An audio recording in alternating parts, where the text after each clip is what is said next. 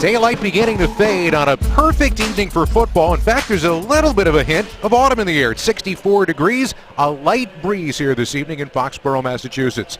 Alongside Brian Baldinger, Scott Graham, the third man of our crew, is down on the field as we welcome in Dave Spadaro. Dave? Well, thank you very much, Scott. You know, the week began with the Eagles arriving in sleepy Norwood, Massachusetts. Got here Monday afternoon. Imagine the scene, walking into a hotel. These gigantic football players and the little kids in the lobby with their eyes wide open and their jaws slacked, and the women just wondering, who are these guys? And so it's a very good time, for the first time ever, the Eagles on the road for an extended period of time for joint practices. Now, on the field, excellent work. The one complaint I heard, and you'll appreciate this, the Eagles felt that it was too slow. Where was the music? Where was the tempo? So they enjoyed the work, but it was just a bit on the slow side. In fact, somebody told me it was a boring practice. So anyway, injuries for tonight, guys. There's a lot of them. 2 wide receivers out. Riley Cooper, Jeremy Macklin out. Aurelius Ben and Ifani Moma get the start. And the Eagles very thin at running back behind LaShawn McCoy and Darren Sproles. You'll see a lot of Henry Josie, and you may see a lot of Damaris Johnson late in this game. Well, obviously, Chip Kelly's got a couple of things he's going to be mixing and matching with here this evening. Now here in his second season as the head coach of the Eagles.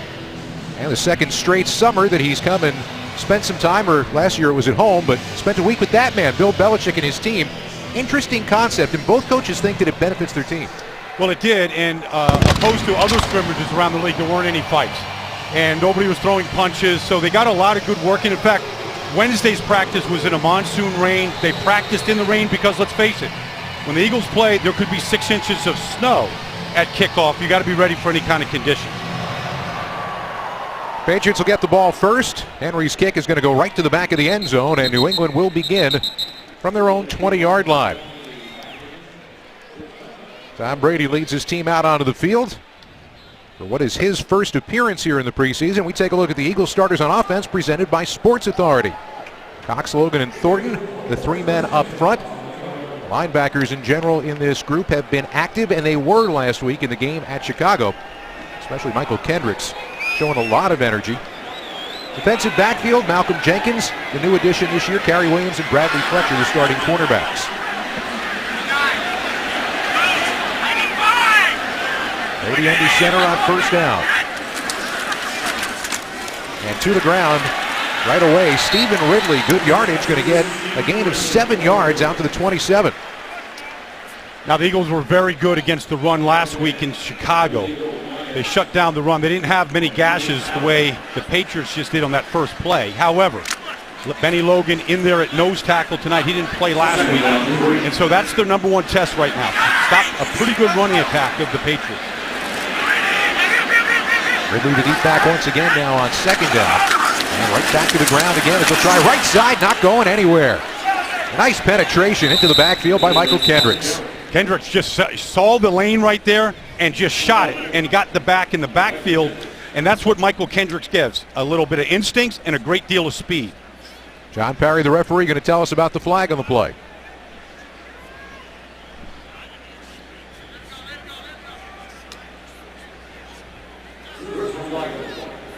Take a look at Michael Kendricks as we get ready to listen to John Parry. Illegal use of hands, hands to the face, defense, correction, offense, number 65, 10-yard penalty, replay, second down.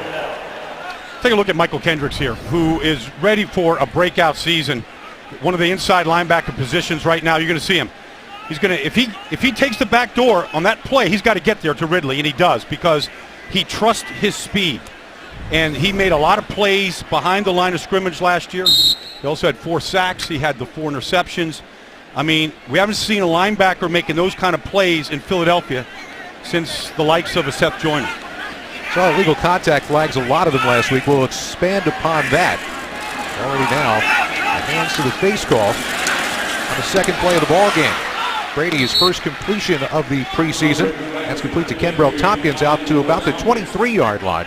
Third down and long coming up for New England. And you mentioned third and long. Last week, Scott, the Eagles were not good on third down. They surrendered 10 out of 17 attempts. It was too many. They could not get off the field.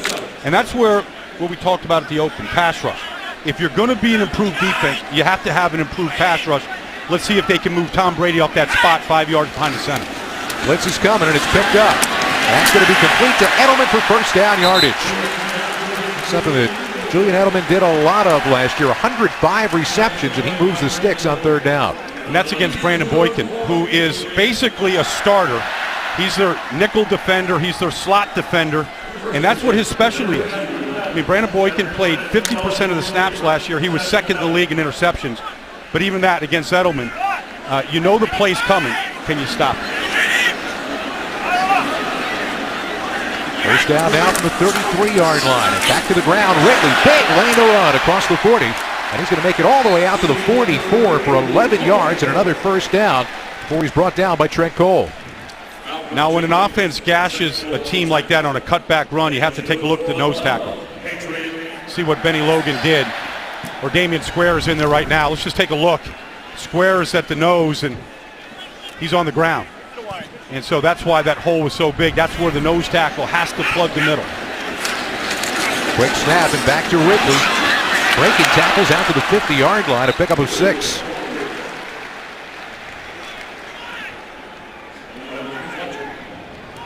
Think about last year, the Eagles started their preseason against the Patriots. The first offensive play for the Patriots, they win for a touchdown. And you thought, wow, this is going to be a long year for the Eagles defense. But the run defense got much better as the season went along. And a lot of it has to do with the way Trent Cole played the second half of the season. Shane Vereen in the backfield now on second down at 4. Another blitz coming, and up on the top, they're looking for all of it. Not quite there on the timing as he tried to find Amendola down the left side. That time the Eagles came with the blitz, and Brady read it, and he had Amendola, but Nate Allen had a pretty good coverage on the play, and so it's nothing more than a big strike, setting up another third down.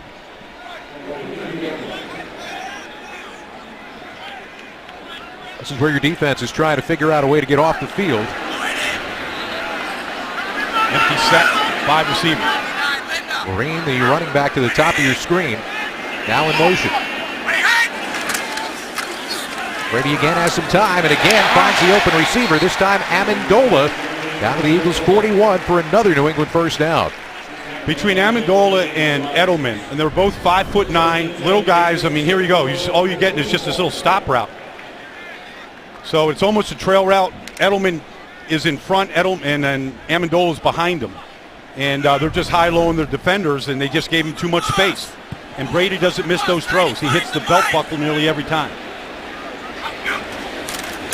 Quick throw this time for Tompkins, and Tompkins going one-on-one on the sideline, beating Kerry Williams down the sideline for another first down to the 30. That time the Eagles had a safety blitz on. Nate Allen came off the corner, and Tom Brady read it perfectly. The safety coming off the corner was off the ball. Kerry Williams is off, and Brady saw it, and he hit Tompkins for the first down. Drive began on the 20-yard line, and New England moving the football on this opening drive. Quick drop by Brady, and the throw is picked off. This one could go the route. Williams got to beat Brady, and Brady got his feet in the air to stop him. Williams still on his feet, and he's going to go. Touchdown! Miscommunication on the outside, and Kerry Williams pays it off with a pick 6 for the opening score.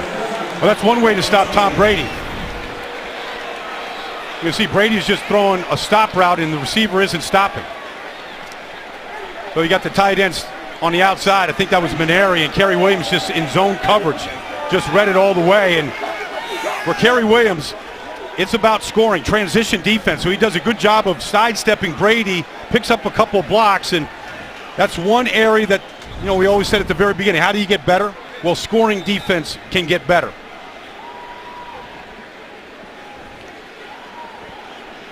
Williams all the way back for the score, and there's the miscommunication they're talking about. The Steve Maneri, the tight end. Steve Maneri out of Temple University.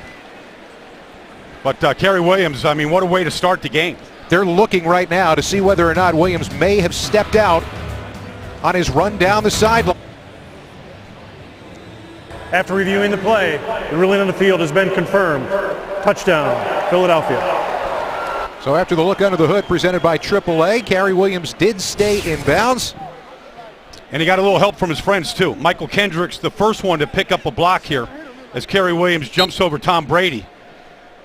Kendricks picks up one, and then Vinnie Curry another block. And the extra point is good. 77 yards on the interception return for a touchdown. Cary Williams, who once picked off Tom Brady in an AFC Championship game, gets him for a pick six right here for the early. Well, what a bittersweet moment for Cary Williams. Remember, a couple of weeks ago, he called the Patriots cheaters and said he didn't want to take part in the joint practices. Well, when he walked out on the practice field on Tuesday, the thousands of Patriots fans booed him lustily. So he gets the last laugh tonight. But here's the bitter part. He pulled his hamstring on the play, and he's done for the game. Wow. Hopefully nothing serious for Williams, and I'm sure that's exactly what Chip Kelly is talking to him about right now. And the Patriots will get the football back right here. Good return out across the 25-yard line. And that's where New England will start things off. The return from backup running back Roy Finch. So Tom Brady was 4 of 6 on that opening drive, but the miscommunication on the interception comes out for his second series. Yeah, but you know, when they make a mistake, and he doesn't make many mistakes often, it's the receiver that made the mistake. I'm sure that was corrected. You got to take advantage of it. Cary Williams was right in the right place, picked up a couple blocks. Unfortunate about the hamstring. Hopefully it's not too bad. Bradley Fletcher on one side right now. Brandon Boykin, the slot defender, now on the other side, taking Cary Williams' spot.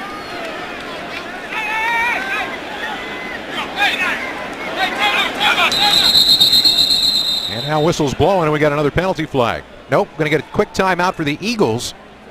They were not set defensively for what the Patriots were about to run.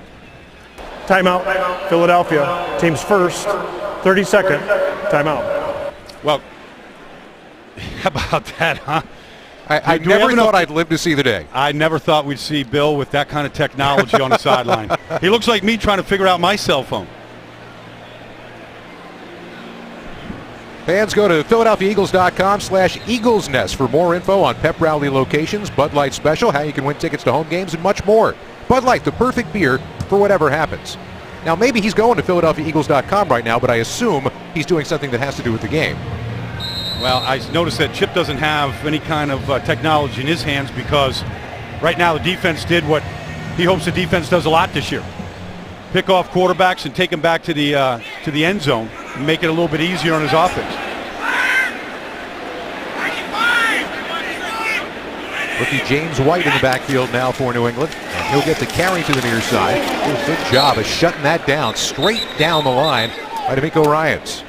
Now, DeMeco Ryans played more snaps than any player in the NFL. Offside defense, number 75, 5-yard penalty. Will replay first down, lined up in the neutral zone. Vinnie Curry called for offside. Go back to DeMeco Ryans here, and what the Eagles want to do is they want his leadership, they want him on the field, but they don't want him to play as many snaps this year as he did a year ago. They like to play him maybe 200 snaps fewer, so look for DeMeco not to take every, and it really depends on the backup linebackers and if there isn't so much of a drop-off when DeMeco leaves the field to keep him fresher throughout the season.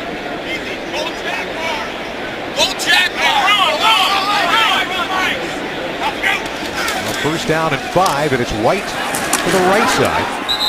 They turn that off nicely. Good penetration on the play by Brandon Baer.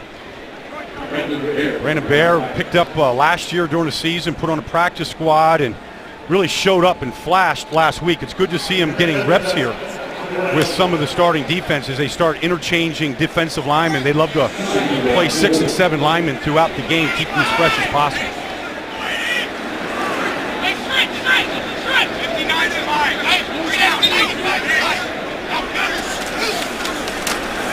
Second down, right through the middle. And once again, turned off, maybe a pickup of about a yard. You know that Bo Allen was stuffed in that play. He went to the University of Wisconsin. He's their 7th-round pick. The running back, James White, was the 4th-round pick out of Wisconsin. These guys know each other very well. But Bo Allen really showed last week. He showed in the pass rush. kind of bull in the center in Chicago a couple of times, and then did a good job of stuffing the run. Patriots 2 for 2 on third down. This time it's a third down and about 3. Here comes Barwin. Got a hand on him, couldn't put it away, and the ball falls incomplete. You got a flag downfield, and that might be one of those illegal contact calls coming on Michael Kendricks.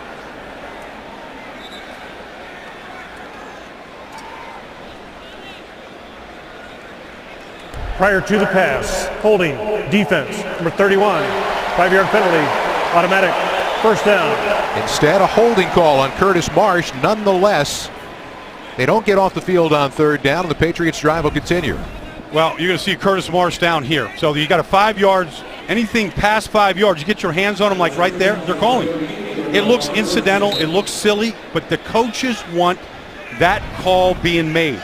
You got to learn how to play without your hands on the wide receiver. We're going to see penalties up throughout the preseason as they try to stop the grabbing and holding. White coming to the near side. He's doing a good job of coming straight down the line and shutting off the run. Fletcher Cox in on that tackle.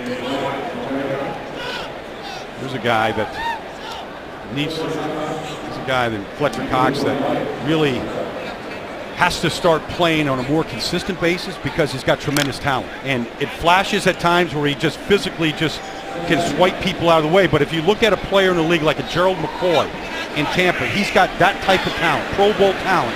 And if he plays to that level, this is going to be a really good defense. Swinging out of the backfield for Vereen. It's Shane Vereen out across the 50. First down yardage on a pickup of 12. We'd like to see a little better force on that flare screen that time by Vereen to that side. Fletcher breathing heavy because he chased that play all the way down. See how he does on this play here. Brady's got pressure coming and a well-designed screen. Flag on the play. And Vereen taken down on a nice ankle tackle to prevent further gain by Curtis Marsh. We wait on yet another penalty flag. We have 8 officials working tonight's game. 2 umpires that are straddling John Perry, the referee, tonight. So an extra set of eyes calling some of these penalties. The defense might be getting a little tired right now. The offense hasn't seen the field yet. We're about the halfway point of this first quarter. Prior to the pass, holding, defense, 5-yard penalty, automatic, first down.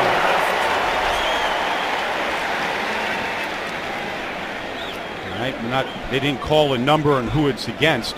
But just remind everybody out there that's watching all these preseason games right now, you're seeing flags thrown at an enormous rate, but it's coming from the coaches. Chip Kelly, Bill Belichick, both want these calls being made through the preseason and enforcing the rules the way that they were drawn up. Decline the penalty. It'll be second one, the 39-yard line. Well, Belichick didn't want that penalty called. No. He elected to take the gain on the They're still flag. going to complain and whine now, Scott. They may, in the offseason, tell the competition committee that we want these rules enforced. But coaches will still be coaches. Yeah. Oh, yeah. No, they can't be happy. It wouldn't be their nation. Taking the gain, it's second down and 1. And there's your first down. Down inside the 40, and about the 37-yard line. James White, that rookie out of Wisconsin.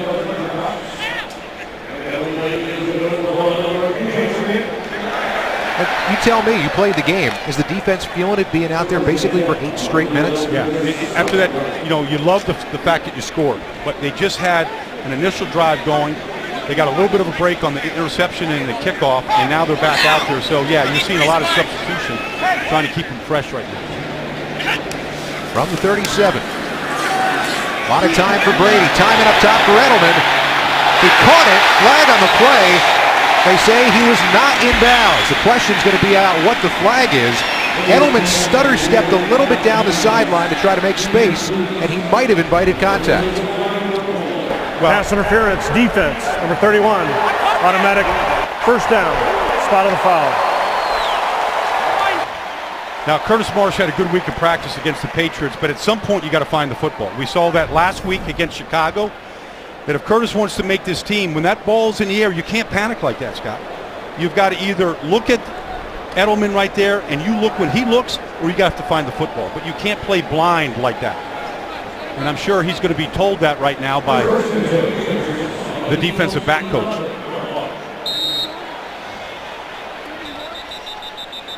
And now you're going to get a flag thrown while both teams are attempting to huddle up.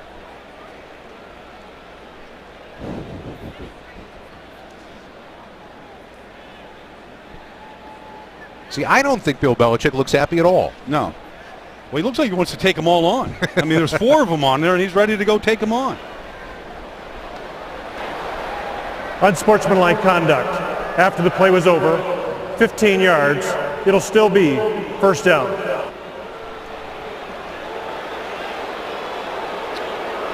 Now, John Perry didn't tell us who the penalty on New England was against. Perhaps it was the entire team. Maybe.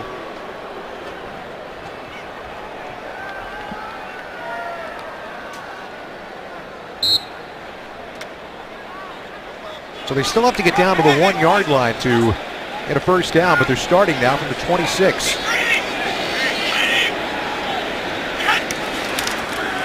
And on first down, back to the ground. Good job of getting into the backfield initially by Kendricks, and that really changed the force of the play. Ended up getting a yard or two out of it, but good penetration into the backfield.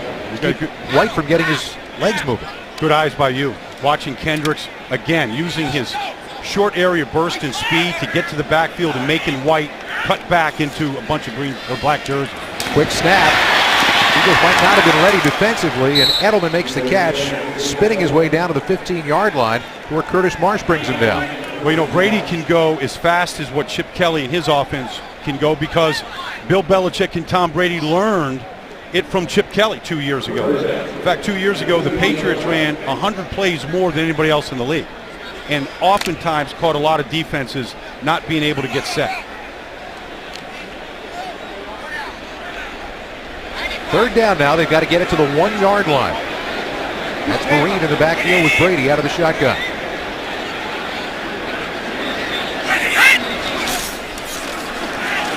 Flag on the play. The pass is complete. Got a flag early and a flag late. One way behind the line and one deep in the defensive backfield. Yardage is about 2 yards shy of the first down, but we got to wait and see. Brady just threw a dart to Edelman. That ball had some heat. 2 fouls in the play. They'll offset. Illegal use of hands. Hands to the face. Number 76. Holding. Defense. Number 22. Offset. Third down. As we said, 5:34 to go here in the first quarter. Still no offense for the Eagles. 16 offensive plays to none. Let's take you down to Dave Spadaro. Yeah, you talk about the defense being tired. The offense, it's like a calisthenics class down here. They're working on the bike. They're doing jumping jacks. They're trying to get loose for their first possession. Yeah, well, pregame warm-ups were about 45 minutes ago. So third down at 14 once again for New England. And Brady firing again. Back shoulder throw. Touchdown. Gambrell Tompkins. And a perfect throw for Tom Brady. New England within an extra point to tie this one up. Well, they went after Curtis Marsh in that drive. And they repeatedly just pinpoint precision passing. Here's Marsh on Gambrell Tompkins, the second-year player to Tennessee. Again, he never finds the ball. I mean, we've seen that earlier now, and you've got to learn from that. I mean, at some point, you've got to position yourself where you're in the passing lane, and you've got to look as fast as that receiver looks. Because Brady is throwing it right by your earlobe.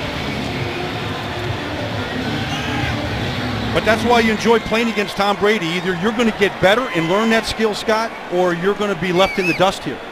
But that's when you play Brady and Manning and Breeze in this league, that's where the ball's going. Doesn't look like a preseason game to Tom Brady here, huh? Spent an entire year last year trying to teach the young receivers here how to be productive for him. And they are hoping, of course, that happens. Meanwhile, Marsh. Score or down by contact short of the goal line. We'll review the play. Timeout on the field. They're looking to see if this actually is a touchdown. Look at this, right by his earlobe. Look, he almost ducked out of the way. Yeah, he's down. He's down at the 1.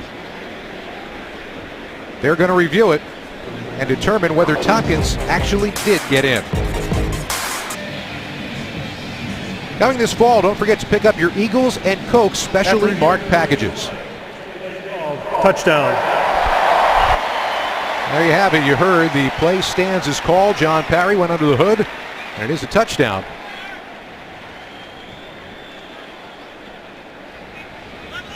An extra point away for New England now from tying this ball game up.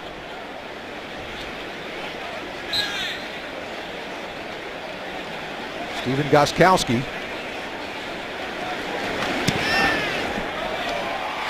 And the extra point from 33 yards away under the experimental rule is good. 9-play, 53-yard drive gets the Patriots back to even. 7-all, just about 10 minutes in here in the first quarter. On Sunday, August 24th, you have a chance to host your league's fantasy football draft in a suite at Lincoln Financial Field. Get your league together, get your stats in order, prepare to make your picks from a private luxury suite overlooking Lincoln Financial Field. For info on how to participate, log on to PhiladelphiaEagles.com/fantasy draft. Space is limited. You getting ready for your fantasy draft? I am, but if I had known about that, it wouldn't have been in my kitchen. It actually would have been in, Lincoln Financial Field. Well, if you need any help on your draft, Scott, let me know, all right? I got a little insight here. I appreciate that, Okay. Nick Foles here for anybody that's wanting to pick Nick Foles in their draft. You got to Nick Foles here waiting as he gets his opportunity to take the field for the first time tonight. Brad Smith will take a knee about 6 yards deep into the end zone.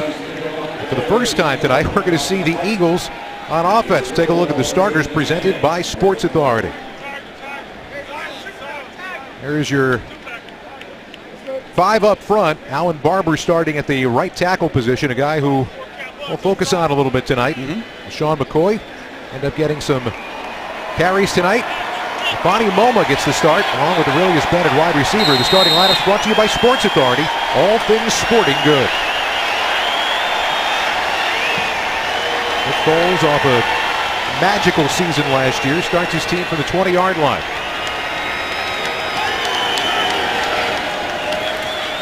Trying to find that early rhythm. And a nice catch by Moma, helping his quarterback, but the ball pops out. Oh my. Did he have full possession of the ball? If he did, it's a fumble. They're ruling it a fumble and recovery by New England. Now let's see. His job is to put this ball away as soon as he catches it. So Moma, he never really gets that ball away. He never gets it into his body. And the Patriots clearly knock it out. Oh yeah, it's a good call.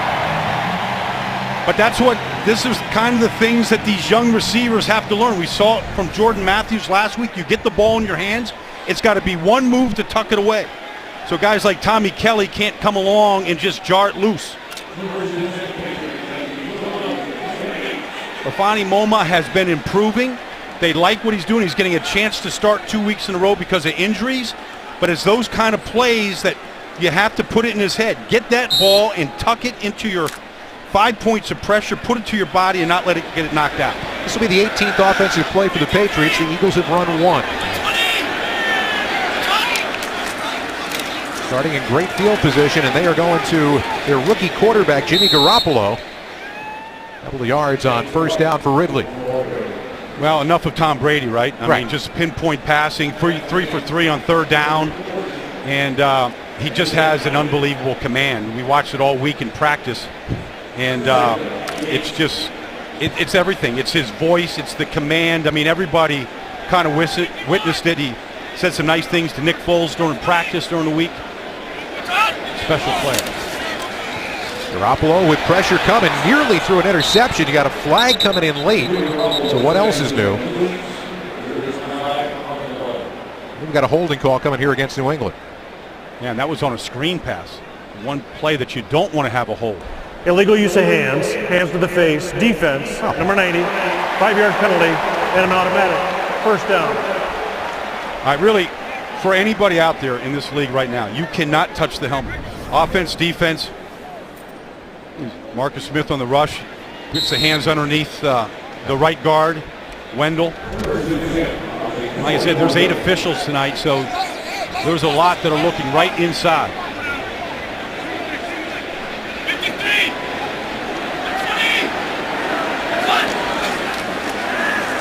Garoppolo on a play fake and wide open.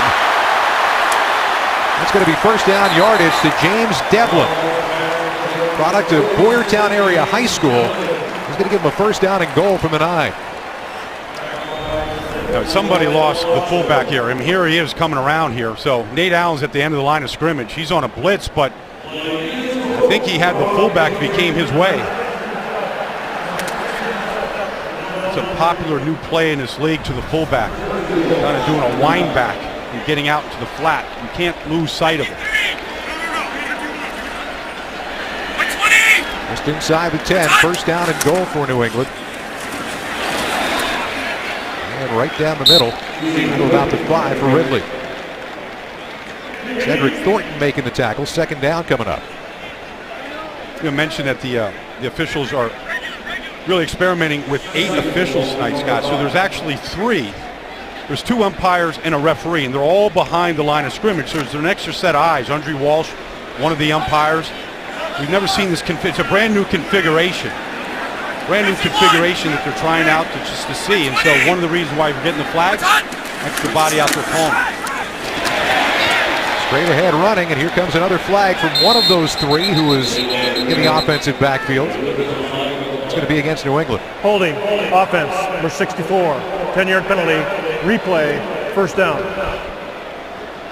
Chris Barker, the center. Well, the emphasis here is just basically, these are the rules. This is where the hands can go, and this is where they can't go. And we're going to see it for the next couple of weeks. And it's something that they're trying to establish in the preseason in hopes that the game will kind of correct itself as we get into the regular season. Because to be honest with you, if they decided to do this once the regular season started, this is unwatchable. This is unwatchable. It looks worse than a preseason game. Garoppolo got his fullback wide open and a touchdown for Devlin. Flag on the play. Well, it's assignment football twice now. Devlin has been open and he's been uncovered. So it's just simply assignment football, and the Eagles aren't doing it. Defense, number 59, penalties decline. Result of the play, touchdown.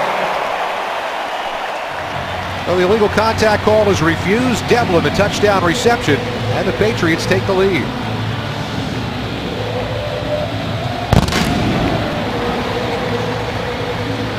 That should not happen to a rookie quarterback with your starting defense in this league. And it's just breakdowns in coverage for Chip Kelly and his defense right now.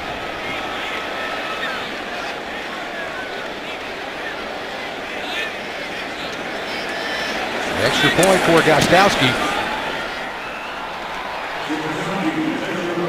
And a 14-7 lead for the Patriots as Garoppolo, who threw a touchdown pass last week, finds the end zone yet again in his second preseason game.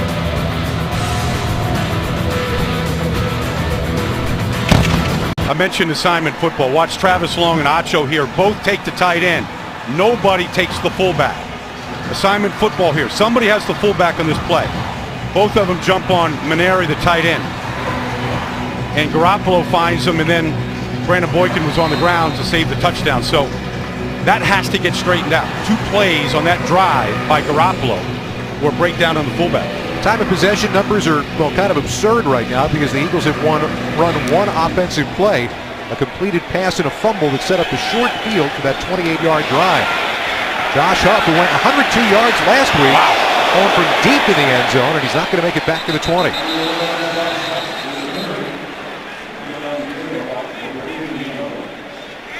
Josh Huff took a shot. He's not feeling too good right now. Obviously, he got a little confidence that he needed last week with that 102-yard kickoff return. He took a shot to the shoulder. Didn't go down on it. Bounced off it. All right. See if Nick Foles can get some rhythm here and some plays for this offense. Shady McCoy, his first carry of the night on the Eagles' second offensive play. And he gets himself about a yard. Shady had 1 carry last week and he was done, but he wants to get work. Chip wants to get him work. He feels like he needs to get a rhythm before the season starts. On play action, Foles all day to throw it. He's got a first down out to the 30-yard line. That's Mulma. That's the same dig route that he caught the first play of the game, and that time he put the ball away. And here they come. They're going no huddle and straight to the line of scrimmage. Eagles trying to get some sort of offensive rhythm going. McCoy following his blockers. Good patience there as he gets out near the 35-yard line. Well, there was good movement on the right side with Todd Harrimans and Alan Barber. And Shady just patiently stayed behind him like you mentioned, Scott. Picked up a good 3 yards, maybe 4.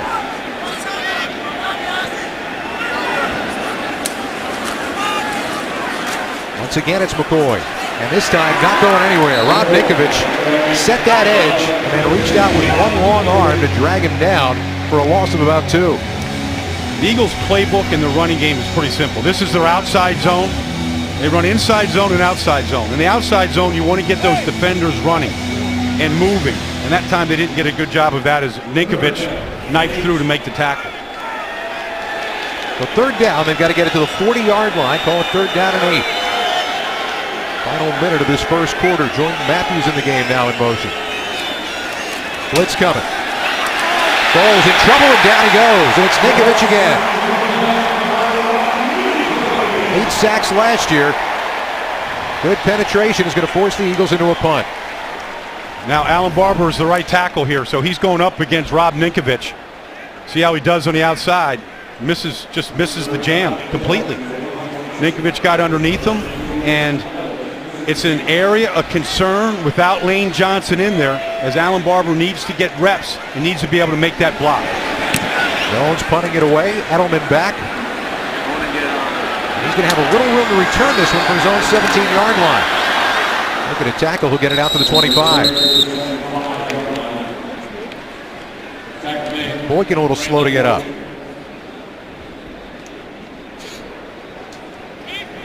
He joined us late. The Eagles got a 77-yard interception return for a touchdown by Cary Williams.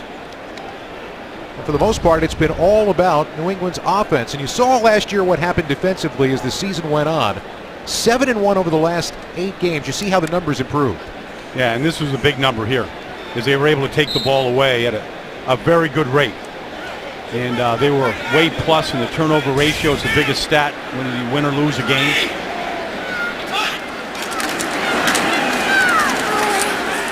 Straight through the middle. And the tackle by Brandon Baer as Ridley got it out to about the 27-yard line. Maybe make it the 28. First quarter is done. Patriots on top by 7. Welcome back to Gillette Stadium. A rough first quarter for the Eagles, trailing 14-7. Cary Williams out for the game with a hamstring injury. And then Josh Huff on that kickoff return suffers a right shoulder injury. He too is out for the game. The Eagles really thin at wide receiver. That was a monster shot that Josh Huff just bounced off of on that kickoff return, right on the shoulder. Hope that it's nothing serious as Jimmy Garoppolo gets ready for his second series. Patriots outgaining the Eagles 150-17 in that first quarter. And Ridley, who's seeing some pretty extensive time here as the starting running back, gets it out near the 31. It'll bring up a third down and a long 4. You know, Scott, we put up the graphic of the Eagles' defense first 8 games, last 8 games, and you see it tonight, how important turnovers are. I mean, that interception return for a touchdown by Cary Williams, you know, has the Eagles in this game 1 score away, even though the Patriots have dominated the line of scrimmage in the action.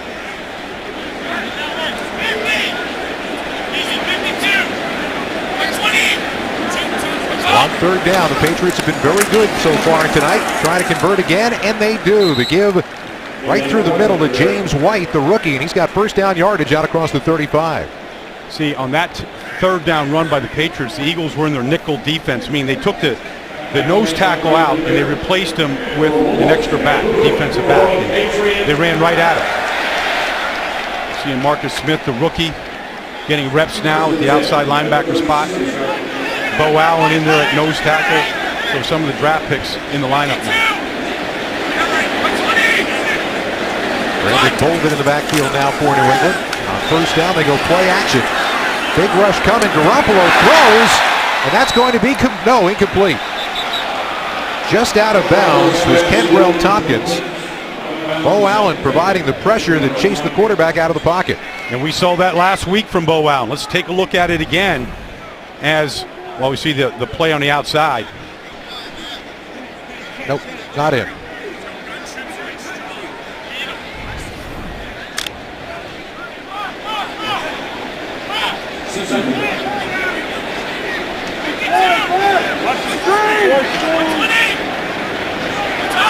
On second down. And the give through the middle, trying a little sleight of hand with the quarterback, but the give was to James White. And he'll get a couple of yards out to the 38-yard line. Third down coming up. Travis Long in on that tackle.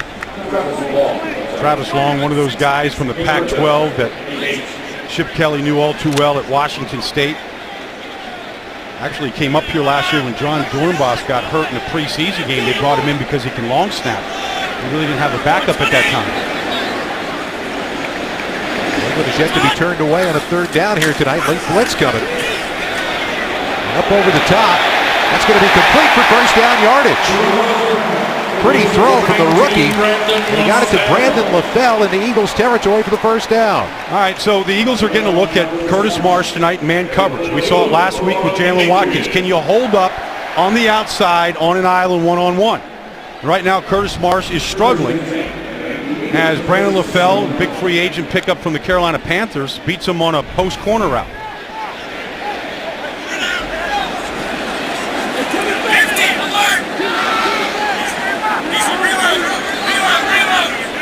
Brandon Bolden back in the backfield, the ball to 37.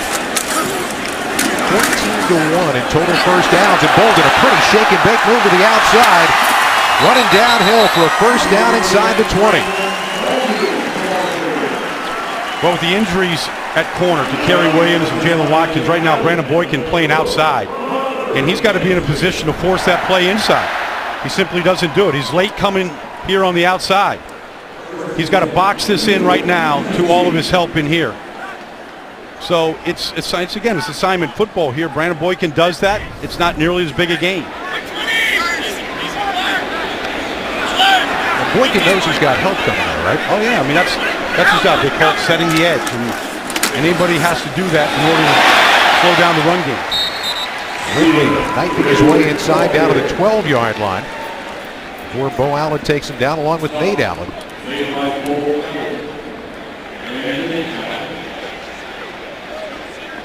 England's been very efficient offensively here in this first half.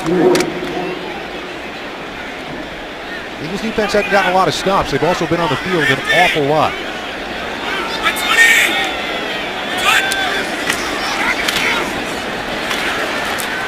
This time they stop Ridley. Not before getting very close to first down yardage at about the 10-yard line. It looks like he might be about a half-yard shy. Well, it's important to know in these preseason games who you're going against. And right now, this Eagles defensive front, Taylor Hart, Bo Allen, all rookies, going against the starting offensive line of the Patriots, still in that game right now. So they're going up against a premier line. They're getting pushed around a little bit, but it's good for them. I mean, all these guys are going to be competing to get into the mix. How do they hold up right here? I mean, they're all young players. Taylor Hart, Bo Allen, Brandon Baer, Marcus Smith, a bunch of rookies in there against a veteran line. Apparently there was a fumble right near the first down marker recovered by New England, so it's third and a full one for Brandon Bolden. And Bolden, pounding ahead, will get the first down with some second and running. One thing the Eagles are getting a look at tonight, Scott, is they don't have a fullback on the roster. So when they play a team like the Patriots, it's like the first time they get to see a real fullback. And Devlin is the lead back, and he did a good job. It's something that the Eagles need work on, especially this year when they see Seattle, they see San Francisco. They're going to see teams that have a fullback. So now the defense trying to dig in. First down and goal from just inside the 9-yard line.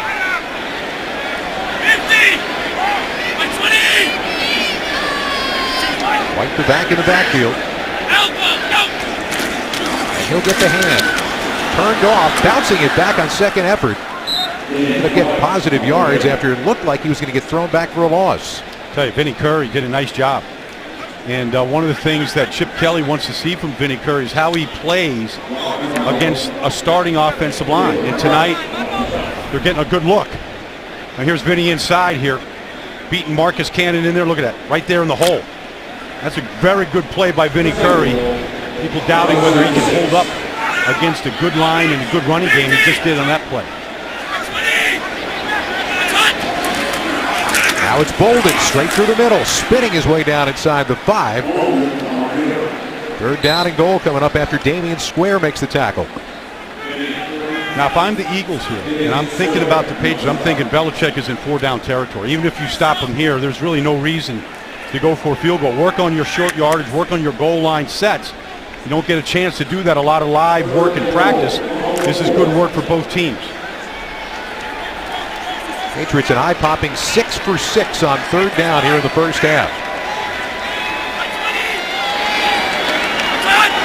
Three receiver set.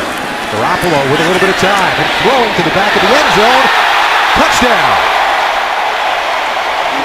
Flag down in the end zone. The catch made by LaFell.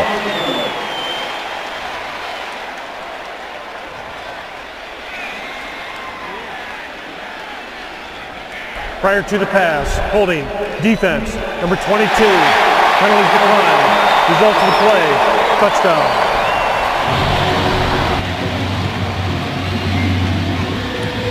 Boykin on the hold, but Curtis March beat on the play. The coverage doesn't look bad. I mean, you're going to get Brandon LaFell coming to the back of the end zone line here. Marsh is on the... He actually goes right through his hands. I mean, he's in a position to make that play. Leaves his feet to bat the ball down and just misses the ball. Pair of touchdown passes for the rookie since entering the game. Gostkowski hitting on the extra point.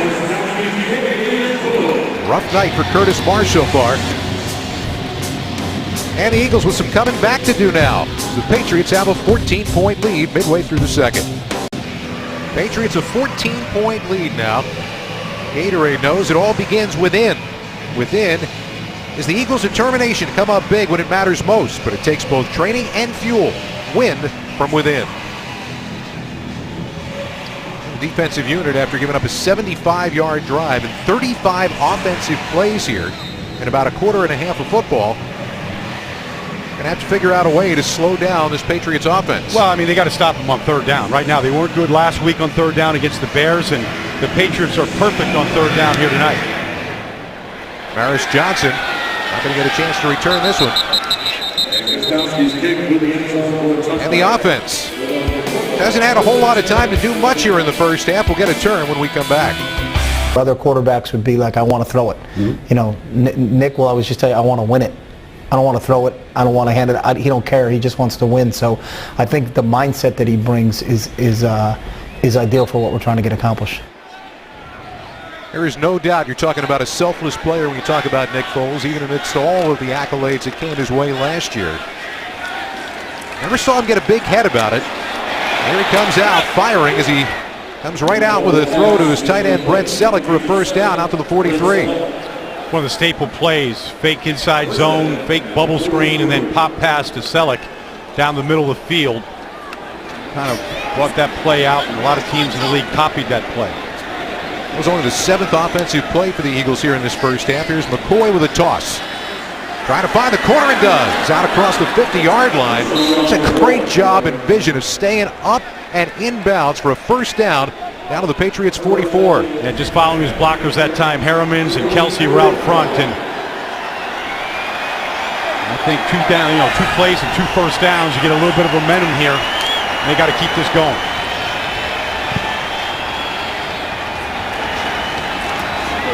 And a quick throw. And there's Matthews, the rookie. Pick up of 4 yards. I call it 3 down to the 41. This is the speed that they want to be playing at. Yeah, I mean, as soon as they set the ball and the umpire clears the deepest offensive player, Kelsey wants to be able to snap the ball. Which umpire would that be? Well, it's the second umpire tonight, Scott, since there's 2 of them. Moment in motion. And back to the ground again. This time the hole closes up. Not a whole lot of room to operate for McCoy. Well, it's a good matchup in there tonight. Vince Wilfork, probably the premier nose tackle in football. Look at him, and that's what a nose tackle looks like. He's a two-gapper. He's a three-gapper. He's a three-gapper. I think that's fair. When he went down and going up against Jason Kelsey, that's as tough a matchup as Kelsey has in the run game in this league. Aaron Sproles in the backfield now on a 3rd down and 6. Sproles has the time. Finally finding someone to throw to, and it's incomplete. Coverage from Patrick Chung, who played for the Eagles last year. He was all over Zach Ertz, and a flag on the play.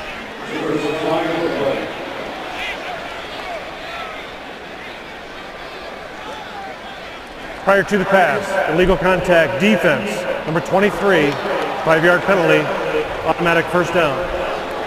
So that was on Chung, and another one of those illegal contact calls. The Eagles will gladly take the first down. Yeah, I mean, Patrick Chung, he was a starting safety for the Eagles a year ago.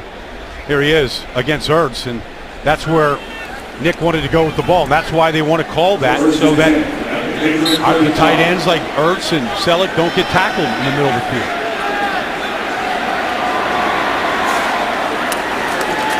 Foles for Sproles.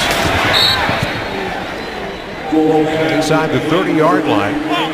Quick play. You're probably going to see quite a bit of that before it's all said and done. But we talked to you about the illegal contact calls from the officials.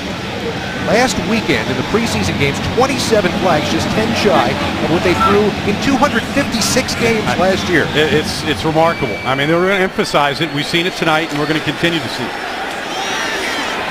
Foles in trouble, and down he goes.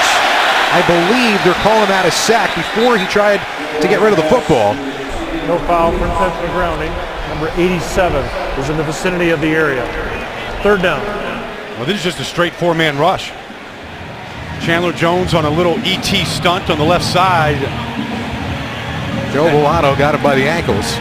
Joe Volano, a rookie free agent a year ago out of Maryland. I mean, they really, Evan Mathis and Jason Peters should never get beat on that stunt. 3rd down, they've got to get it to the 25. Rush coming, up on top for Moma, can't pull it in. There was help up over the top.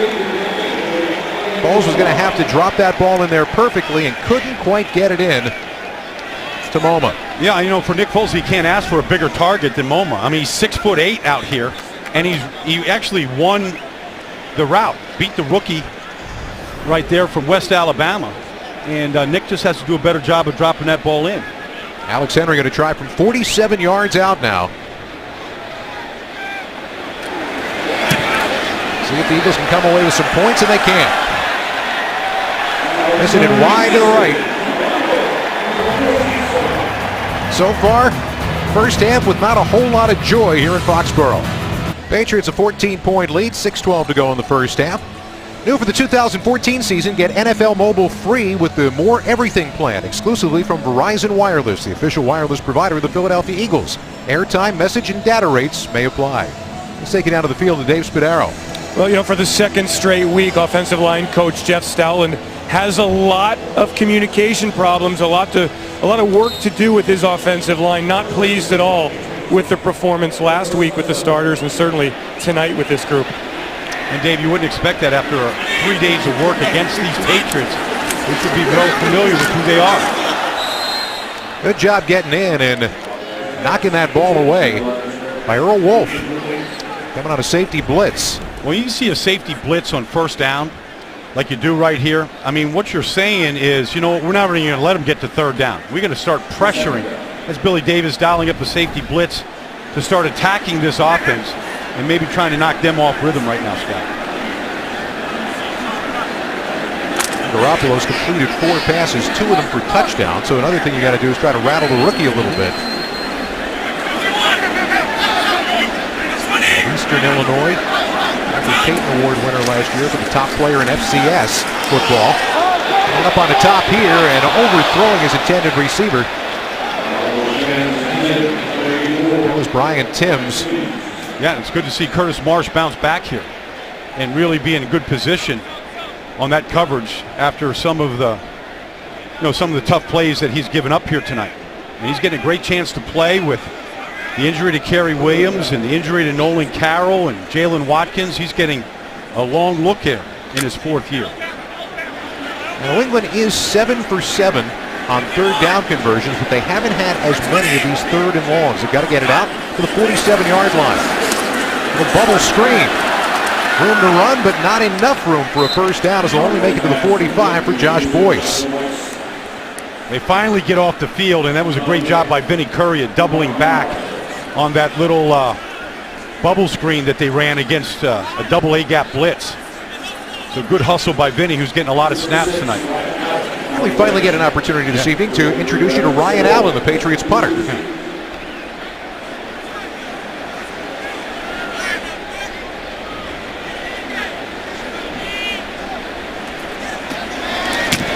It's blocked. They got in on it and blocked it. And there's another big special teams play. Last week we saw a blocked field goal and a kickoff return for a touchdown. And tonight, in a big spot in the game, they get in and block it. Well, it's an all-out block. They actually rush 8. What a great play. Yeah. Tremendous play by Aurelius Ben. He shed a blocker, had one arm, and in a full dive got the football. And there's a spot, Scott. It's 9.5 yards behind the center, what you want to get to, and he took it right off the punter's foot. Kind of gave himself up on the play, and you're going to see it right now. There's the left hand you're talking about, right off his foot. The mark is 9.5 yards. He's right on it. What a great play. Yeah. You know, and so special teams can make up for a lot of weaknesses. Turnovers can make up for a lot of mistakes on defense, and here starting offense has a chance to capitalize. Trying to make him pay right away, and Selleck has it inside the 10. Lost the helmet, but kept the football. How do you not flag that? He's a defenseless receiver, and they just tattooed him. And yet, Selleck tough enough to hang on at the 8-yard line, or the 9, called for a first down. They had a little protection from that breathe right they had over the nose. Great throw by, good protection that time, really good vision by Foles to see him. Knock the helmet off. That's a helmet-to-helmet hit. That's got to be flagged. Here comes McCoy. My dad used to say holding it out there like a loaf of bread. But he put it away in time to get it down to the 6. He just had the feeling that he just wants to get this ball in the end zone. The starting offense has not scored a touchdown in these 2 games so far. You get the feeling that Shady was just hungry for it. Selleck looks like he's okay, by the way. Well, okay, maybe. Maybe to you. You're up here. Maybe not. Feels okay to you. Yeah. I have enough problems with my fingers, Scott. Yeah, we know. Second down. There's McCoy, and there's the defense just kind of waiting for him.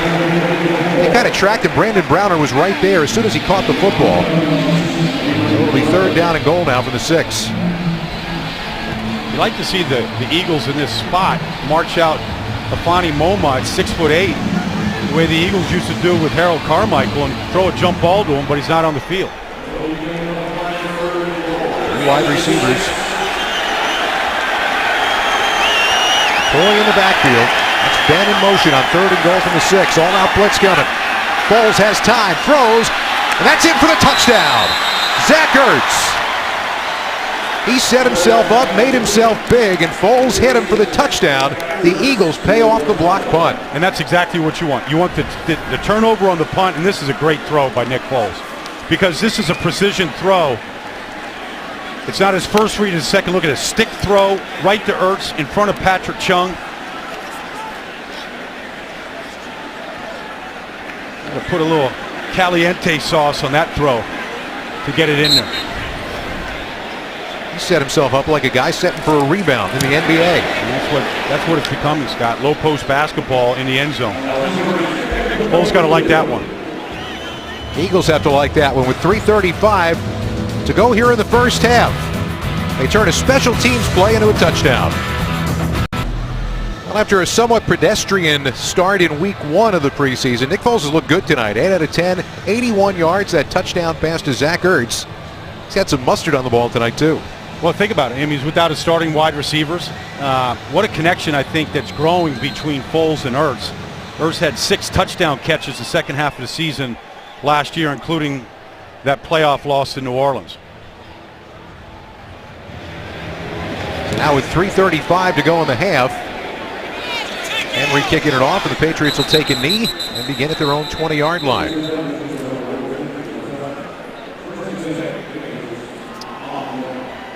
I guess if you're the offense right now, you got to be feeling a little bit better because you just didn't get an opportunity at all in the first quarter. No, I didn't have the ball. But, you know, the Eagles now 2 weeks in a row have made big special team plays. And, you know, for a guy like Aurelius Ben, who was trying to make this team as a backup receiver, missed last year with a torn ACL. I mean, no better way to get noticed for Chip Kelly than to go block a punt and give your offense a short field, and then you go stick it in the end zone the way they did. That gives a whole lot of life to that sideline. So that arm bounces back, whatever it is that happened on that blocked punt. As they continue to work on him, a flag on the play here as the Patriots will get a little bit better than 3 yards on first down.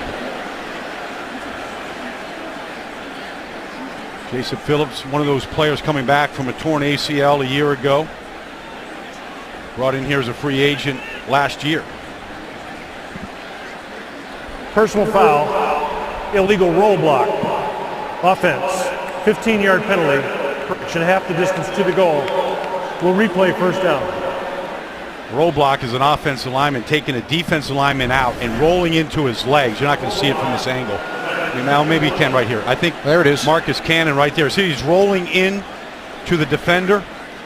Last year, Seattle took out the starting nose tackle of the San Francisco 49ers in that type of play, and it's safety first, and so they're putting these safety measures in, and that's a good call.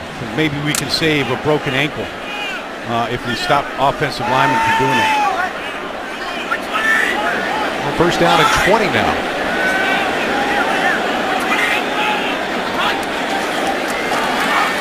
Garoppolo's got a little time and throwing incomplete.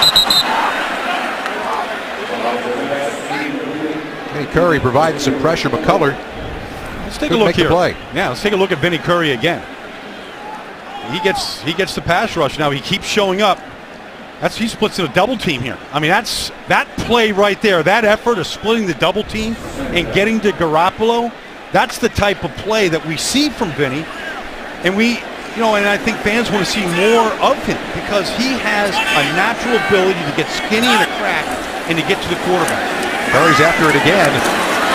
Flag on the play on the screen to the inside for White, who's going to crawl out across the 15. It looks like it's going to come against New England, I believe. Illegal use of hands. Hands to the face. Offense, number 61.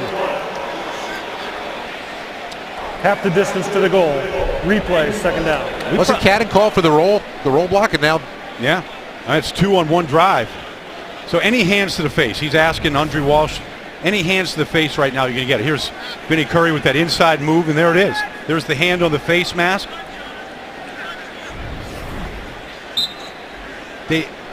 Vinny Curry's one of those guys, all right? There's a transition, Scott, from going from a 4-3 defense to a 3-4.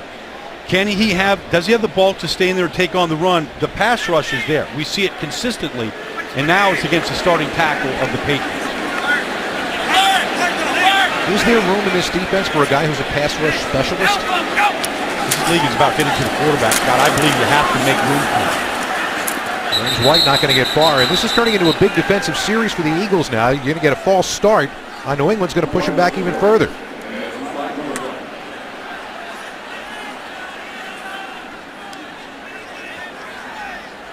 Illegal formation. Offense. Number 19, covered up the tight end. Half the distance to the goal. Replay, second down. Coming up at halftime, Santander presents Sights and Sounds, an intimate look inside the lives of Eagles players as they compete to make the final roster. And we're going to take a look at the first half stats presented by Coca-Cola. Dave Spadaro provides the insider's perspective from the sideline.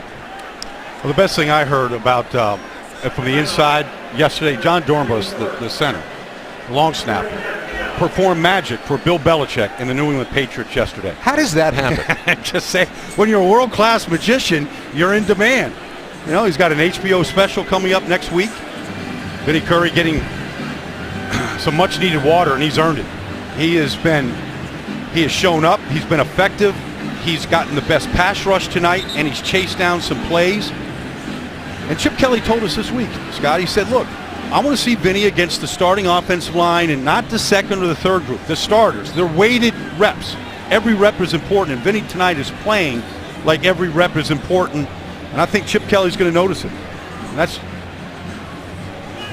Jerry Azzanuro, the defensive line coach. He's going to take note of it. Jerry actually coached Vinny Curry at Marshall before he joined Chip out at Oregon, so he's got great familiarity with it. I don't think that anybody who's watching Vinny Curry is going to doubt his motor, because he is going after it on each snap. He's saying, I'm going to earn a spot on this team this year, whether you like it or not. Hey, the Patriots, you got a quick kick out of your quarterback right now. This might not be a bad idea. 3rd down and 25. Instead, they'll stay on the ground, try to make some room for the punter. And they get it out near the 15-yard line. You know, you mentioned the quick kick. I mean, I've seen the Patriots, do that. And watching the Patriots practice against the Eagles yesterday, it was all situational football. Belichick was calling out one particular play after another in certain situations. That's going to take us down to the 2-minute warning. And the refs have finally seen the clock get to 2 minutes. So the offense will get the football back for the closing moments of the first half. Well, a big thank you to all Eagles fans who came out on Sunday to Franklin Field. It was the Eagles Alumni Day, a homecoming for 36 former Eagles, and the crowd loved it, and we thank you all for your great support during the open training camp portion of this summer. It was a great event with some wonderful former players in attendance. That's an exciting day, a fun day. You got a chance to see Nick Foles, and I was out with Nick's father last night, Larry. He said that he learned in college that whether you have a good game or a bad game, like you have 24 hours to flush it. I mean, he learned that in college, and last week wasn't the best performance. He knows that. I think he came back today, and I think he played much better, much sharper. And, if they didn't turn the ball over, if they didn't have the penalties, I think Chip would be much happier with the overall offensive performance. They've got to clean some things up on the offensive line, I think, right now. That's a big issue, I think. I thought Nick stepped up, threw the ball very well to a lot of receivers here. They're just trying to make this team. Saw Ben back in the ball game. He got the block punt last time. This time they're hoping to set up for a return. Johnson got to make a man miss, and does. Now trying to find a corner. That's good coverage by the Patriots, as he can't quite get it back to the 40. Last time it was the special teams that helped spur the ability to score. It was Ben with a spectacular block of the punt. Then a couple of very big throws by Foles. Selleck holding on to the ball in traffic. And then the other tight end, Zach Ertz, good position down on the goal line. And the Eagles got into the end zone to get back within 7. It's got obviously one of the big questions this year for Chip Kelly and his Eagles offense is how do you replace the production of Deshaun Jackson? Well, I think Nick Foles showed you that we've got 2 tight ends that we can go to in the middle of the field. And I got 2 guys that can catch the ball in traffic that are big targets. And I think both of them are poised to have big years. Boykin slow to get up after that punt return. It's been a kind of difficult night, especially in the defensive backfield. It really has. I mean, they came in shorthanded today. Minus Nolan Carroll, minus Jalen Watkins. We saw Kerry Williams go down, and Boykin just a incredibly valuable guy. I consider him a starter for the secondary. Pulls up. That looks like a muscle pull when you just kind of pull up like that. And now you're hoping you got enough defensive backs to finish out the second half of this game. Now you throw them all out there. I mean, you do whatever you have to do to finish the game, and they've got a lot of young kids that they want to look at, and they're going to get that chance. But now with 1:49 to go and 1 timeout, Mark Sanchez will make his first appearance of the night. Trying to run the offense and get another score. A little bit of time throwing for Darren Sproles. Makes the first man miss. Gets it out to the 46-yard line for a pickup of 7. I think everybody was surprised and excited the day that the Eagles traded for Darren Sproles. surprised is the Saints let him be traded and what they actually just gave up for him, the 5th round pick. Look at that. Look at Ertz up on top. That is a star in the making right now in the NFL. He's down to the 34-yard line for a first down. And Mark Sanchez, who did not play last year because of an injury in preseason, seems to have found a great target in Ertz. Hit him a couple times last week, and that's great location on the ball. Sanchez again, straight down the middle. And this time, it's the rookie Jordan Matthews for another first down, down to the 16. This is 2 weeks in a row we've seen Sanchez come in the game and immediately move the team down the field throwing. And now the Patriots going to take a timeout. The Eagles were just moving it down the field way too quickly for Bill Belichick's liking.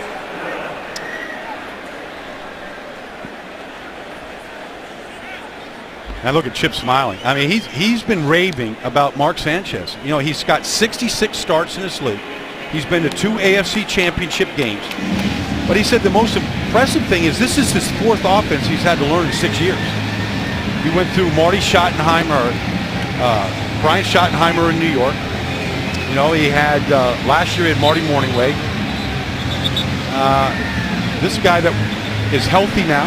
We saw him throw the ball 68 yards in the air last week against the Bears. And I think any quarterback that comes here and learns under Chip is going to improve because of the style of the offense. I think he's enjoying playing for that man. In a lot of ways, this is a new lease on life for Mark Sanchez. Signed just a 1-year deal. That play. Sidearm. And Matthews finding the outside. And a good job of running after the catch by Matthews down to the 6-yard line. Had to throw a little hook around the oak tree that time in order to complete that ball to Matthews. It's a shortstop throw in a second on a double play ball. It is. You got to turn it. Turn on the screws. It's a first down and goal. By the way, the good news is no injury on Boykin. Good. So first and goal now. 47 seconds left to go in the half. And there goes Matthews again. On play action. Sanchez throwing to the end zone. Oh, it's caught off the carom. Touchdown. How about that? A day for Aurelius Ben making another big play. How about that? It popped in the air. It looked incomplete, and Ben picks it out of the air in the back of the end zone. So it's a double cross. Ben and Momo both crossing the field. Oh, wow. Now, did the ball hit the ground when Momo turned? Looked good to me. Yeah, I think your eyes are good, Scott. Well, even if it didn't look good to me, it looked good to me. Okay, well, let's see here. So Momo's got both hands on it, hits the ground. The previous play will be reviewed for an incomplete pass or a touchdown. Did the ground pop this ball up into the air? Well, or does he have control here? But if the ground popped the ball into the air and the ball never hit the ground, what difference does it make? Just ask it. And how is it incomplete if the ball doesn't end up ultimately hitting the ground? The ball hits the ground right here, Scott. Right there, it hits the ground. But it's in his hands. All right, so it pops out. Now if it hits I think right there that's a loose ball that's live. So do I. And Ben takes it in. Honestly, it's a much better story if it ends this way. Yeah, well, yeah. In another improbable way that the Eagles score here today.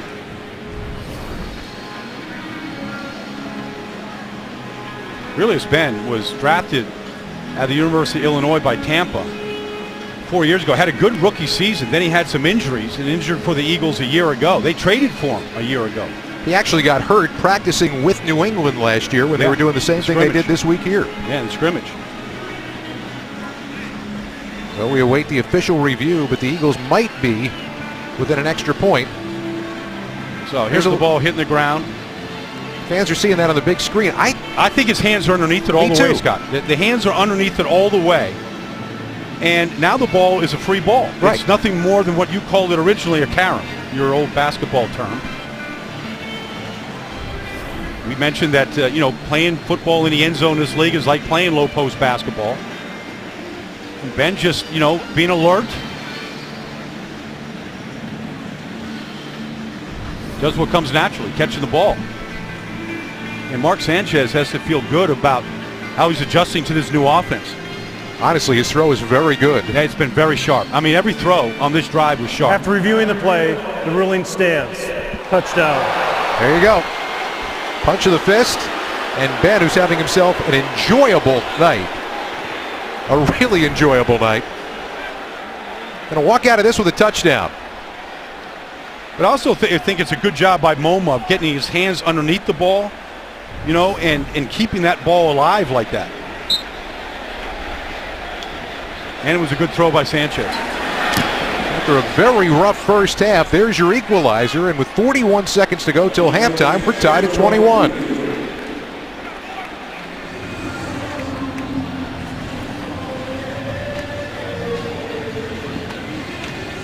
How about that? Yeah, no, I mean, look, we've seen it 2 weeks in a row from Sanchez. Now, you could say, all right, it's the second team defense, but regardless, I mean, he's throwing pinpoint passes.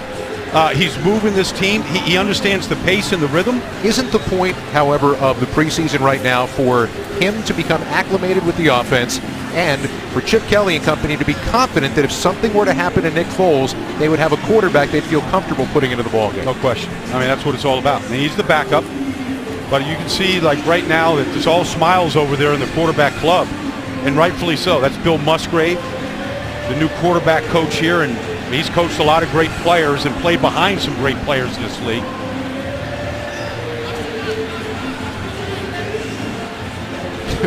Ben can't wait right now to get down the field and kick coverage.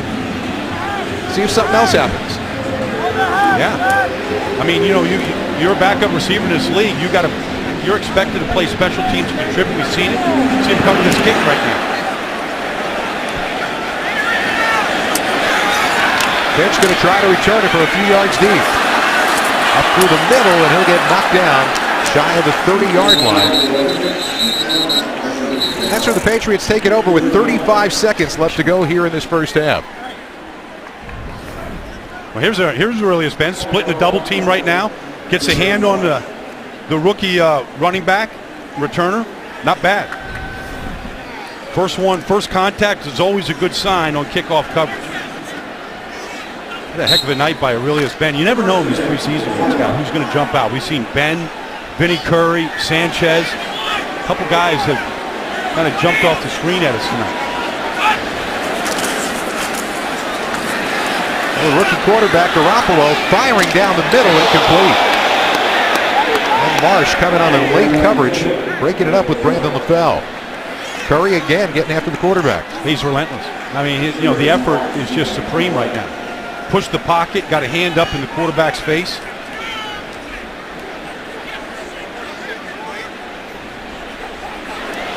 The other part that makes you feel good right now for the Eagles, not a lot went right in that first quarter. You just kind of turned the page. Yeah, I mean, sometimes you just have to move on past the bad stuff and, you know, keep making the plays like they are. And make sure that to keep the offense in front of them. Good makes the tackle out of the 37. Quick timeout for the Patriots now with 21 seconds left here in the first half.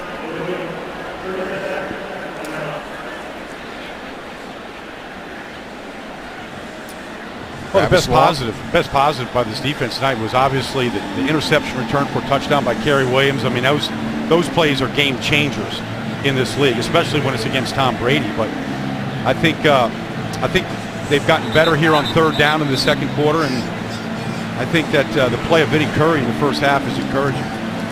There's Williams, his night done after that long interception return.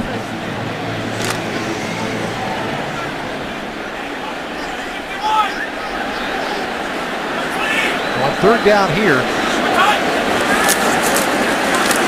trying to make another defensive play. Garoppolo somehow keeping it alive with great coverage, and that's nowhere to go with the football. Good coverage in the defensive secondary. And the Patriots will have to punt it away with 11 seconds left in the half. Yeah, just a four-man rush and really didn't do much on Garoppolo, but the coverage down the field made him hold the football. So we've seen this after New England, I think, converted their first 7 third downs. Now the Eagles have been getting off the field the last 3 or 4 times in a row. And Ryan Allen trying to punt it away. After 7 for 7 on third down conversions, the Patriots 0 for their last 3. And Tavares Johnson. He can make something happen. The 21 trying to get to the corner. And skips out of bounds on what's going to be the final play of this first half. Rough start here in New England. Much better second quarter for the Birds. And it came as a result of special teams and a couple of very big plays. Tied at 21 here at halftime in New England.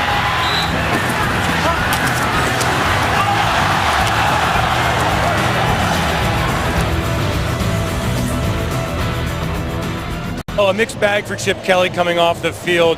Not pleased at all with the penalties and the third down conversions allowed by the defense. On the other hand, very pleased with Nick Foles and with Mark Sanchez, an excellent 2-minute drive.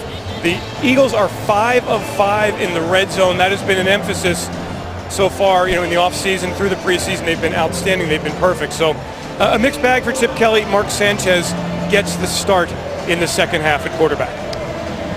Yes, but the quarterbacks, Nick Foles and Mark Sanchez, were 13 of 15 in that first half. And when protected, they went to work against the Patriots starters and their backups. Both of them look very sharp. And the Eagles will get the ball to begin this second half.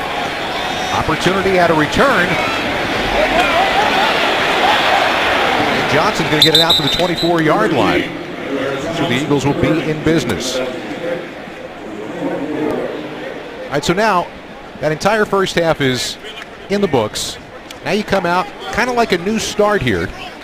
What are you trying to accomplish right here in his second half? Well, it's got the second offensive line right now with Mark Sanchez. You want to see this group pick up where they left off, which was moving the football with Mark Sanchez, both on the ground and in the air. And you want to see the same level of execution that they finished the first half with. We said a little lighted running back tonight, and Josie, who gets the start to begin the second half, going to get good yardage out across the 30 to the 31 to pick up a 7. Oh, I'm going to watch Matt Tobin here in the second half. He was outstanding last week against the Bears. And right now, Chip Kelly, there he is, getting up to the second level. Not a bad job on the defensive end. Sanchez down the middle, and he's picked off.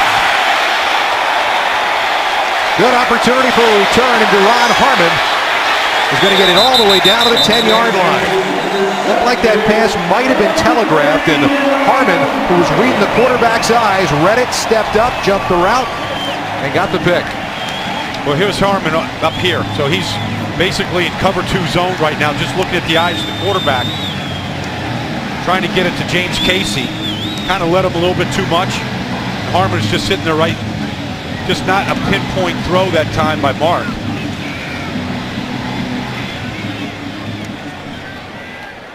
He knows the safety's back there. He reads the coverage. First thing the quarterbacks do when the ball snapped is look where the safeties are at.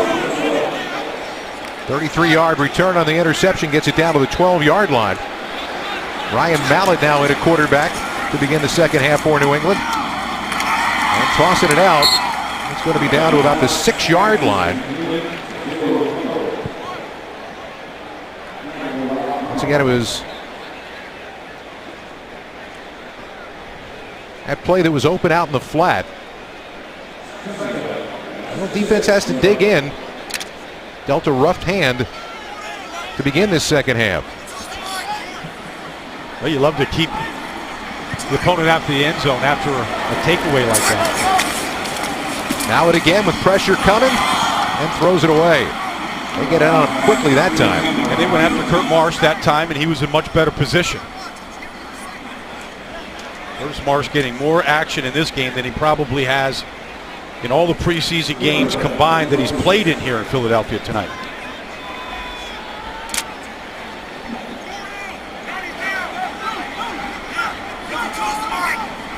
They've got Taylor McCullough, who's a linebacker, made that last catch playing in the backfield right now. What he can do for just about any team helps you.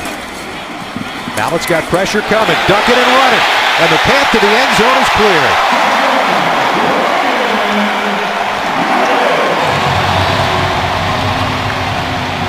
Well, Ryan Mallett's not known for being able to tuck the ball and run it. He's a pure pocket quarterback, but The Eagles weren't at zone drop that time, and they cleared out. Nobody reacted to them. Watch, these guys are all just dropping here.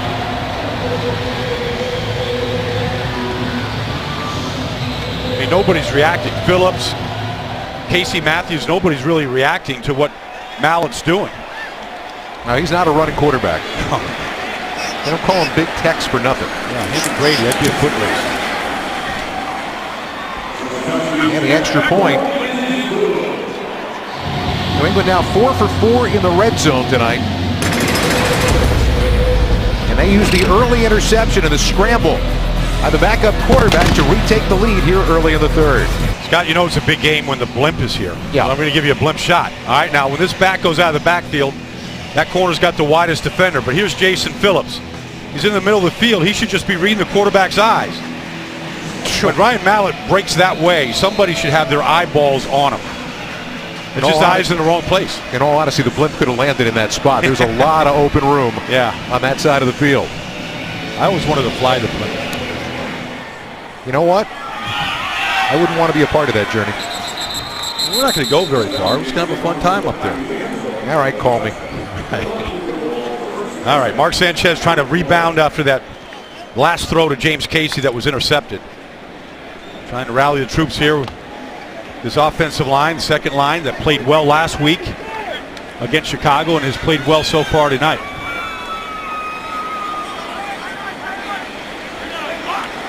Nico Ryan's trying to help coach things up a little bit on the sidelines as Sanchez brings him out from the 20-yard line. And a quick throw. There's Matthews. He's kind of quietly having a pretty good night. He gets good yardage out across the 27. You know, I mentioned last week that the Eagles play their receivers, inside receivers and outside receivers. And Jordan Matthews is an inside receiver. He's a better matchup against smaller nickel corners. He's a smart guy and he knows all the assignments already. Henry Josie gets first down yardage.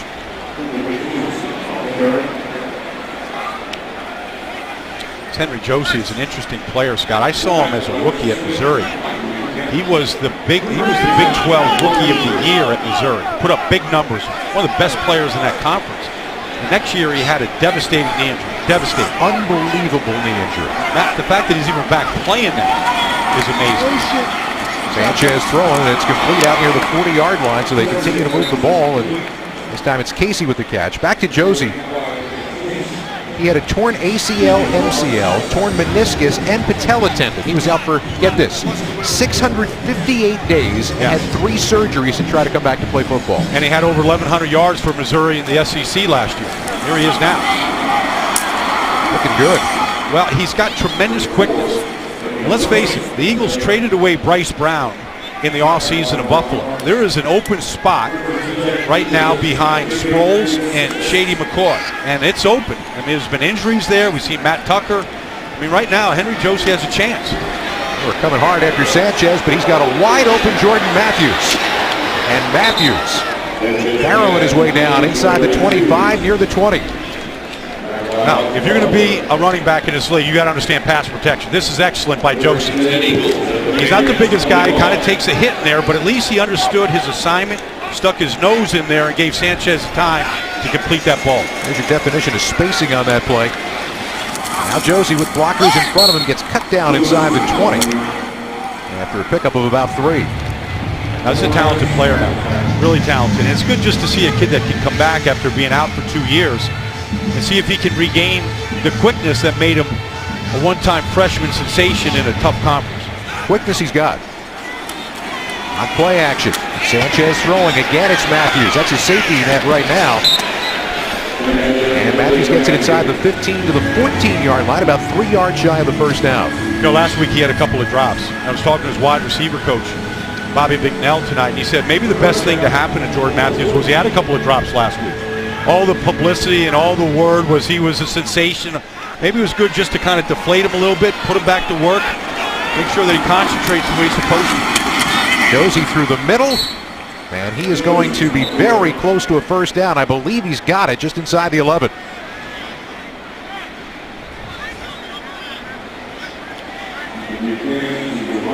Eagles are desperately looking for a backup offensive lineman. From this group right here of Dennis Kelly and Dave Molk and Matt Tobin, especially that guy right there, Matt Tobin, some of these guys are beginning to develop. Damaris Johnson now in the backfield. Sanchez looking to throw and does. It's Matthews again, fighting his way down to the 5-yard line.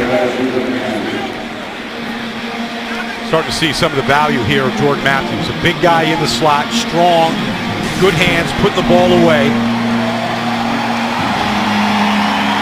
The most talented wide receiver draft I can remember in recent history.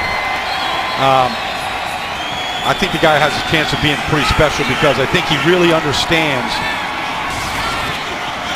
the playbook and what this offense can be. On second down, throwing, Johnson, touchdown! How about that?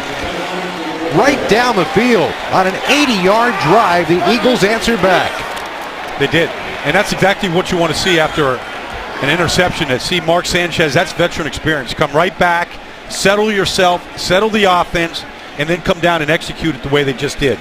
Really mixing everything up and the type of tempo that I think Chip likes to play at here. You're going to see Damaris Johnson on what we call a wheel route. This is staple of the offense. We saw Deshaun Jackson catch his passes out of the backfield last year. And the extra point is good. 10 plays and 80 yards led by Mark Sanchez with a little bit on the ground and a little bit more through the air to get the equalizer.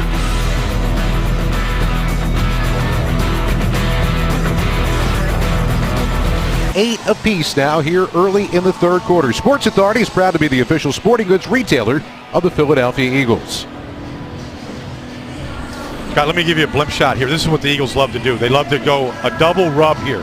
2 inside receivers and then take this one on the outside, what we call a wheel route. It's one of their best plays, and they got to look at this. Got all this confusion in there. You get a receiver in the open space like Damaris Johnson. Very easy throw for the quarterback. It's a really good concept. The Eagles really introduced it to the league last year. Other teams have copied it, but I don't know if anybody runs it better than the Eagles right now. Henry's kick, fielded by Boyce, will take a knee. And Mark Sanchez, after throwing that interception, went 6 for 6, 4 different receivers on the drive. Looked about as good as you can. And in this league, you've got to have a good backup quarterback. Guy that can win games for you, start games for you. We see that not many, survive 16 games, and I think Mark right now, 2 weeks in a row, has really shown leadership and his ability to execute. And anybody that thought maybe he was going to come back from that shoulder injury from a year ago, he's all the way back. Mallett now brings his team out. Looking to go up top, flag on the play. And that's not good news. Overthrew Brian Timms, but it looked like it might have been contact on Rock Carmichael. Prior to the pass, illegal contact, defense, number 21, 5-yard penalty, first down. Well, these Eagles defensive backs saw these same routes from the Patriots for 3 days this week. They got a lot of work, and now can you take it from the practice field where they played pretty well this week in practice, and can you execute in the game? And Carmichael struggled a little bit last week, but in this business, you got to have a short-term memory. They call it amnesia. You got to have that as a defensive back in this business. And a little reverse. Set up nicely for the Patriots. They're going to get first down yardage on the hand of Josh Boyce. He'll get it out to the 38-yard line, a pickup of 13. Brandon Graham, the outside linebacker to that side, looked like he did a pretty good job of forcing it back in, but there was no help right there. Brandon Graham trying to stay, of course, a former #1 pick out of Michigan and an accomplished pretty good pass rusher. Got to show his ability to be able to play in space at that right outside linebacker spot. Mallett rolling and firing complete. Can't be more wide open than Boyce was. That play worked nicely for the Patriots into Eagle territory inside the 40. Both these last 2 plays, Scott, are misdirection plays. A lot of action the other one way, and they're coming back to it.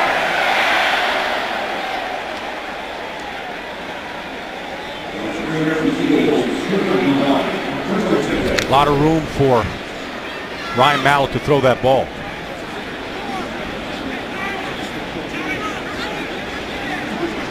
Game's turning into a little bit of a track meet.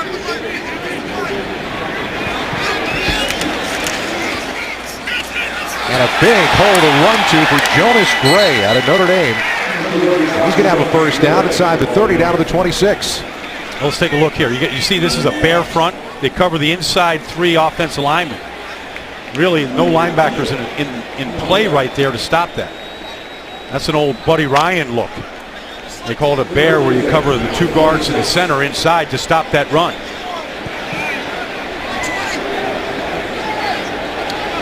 Defense needs to make a play right now. They set it up along the outside. That's going to be another first down. Roy Finch, the rookie, all the way down to the 11-yard line. He's a little guy. He's only 5'7", rookie out of Oklahoma. But he's a blur. And you see more and more of those bubble screens in this league, Scott. You know, Peyton Manning does it. We do it. Just get those kind of guys, what they call is space. And just get a little bit of a convoy out in front of them. 5 plays and 5 first downs for New England, answering back the Eagles drive. And this time, not a whole lot there for Gray. That's a good play by Joe Kruger that time. Of course, Joe was a rookie a year ago and injured and trying to come back this year a little bit bigger and stronger, trying to earn a spot on this defensive front. A lot of competition up there. We're probably, you know, between the defensive lines, there's three starters, probably 6 spots. We got 8 or 9 guys, maybe even 10 that are competing for those 6 spots. That might come down to the last preseason game. Yeah. On second down, Finch. Burst his speed and a touchdown.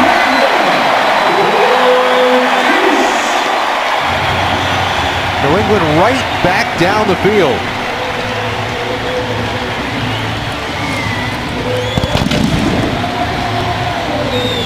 Blurry, fast, 80-yard drive.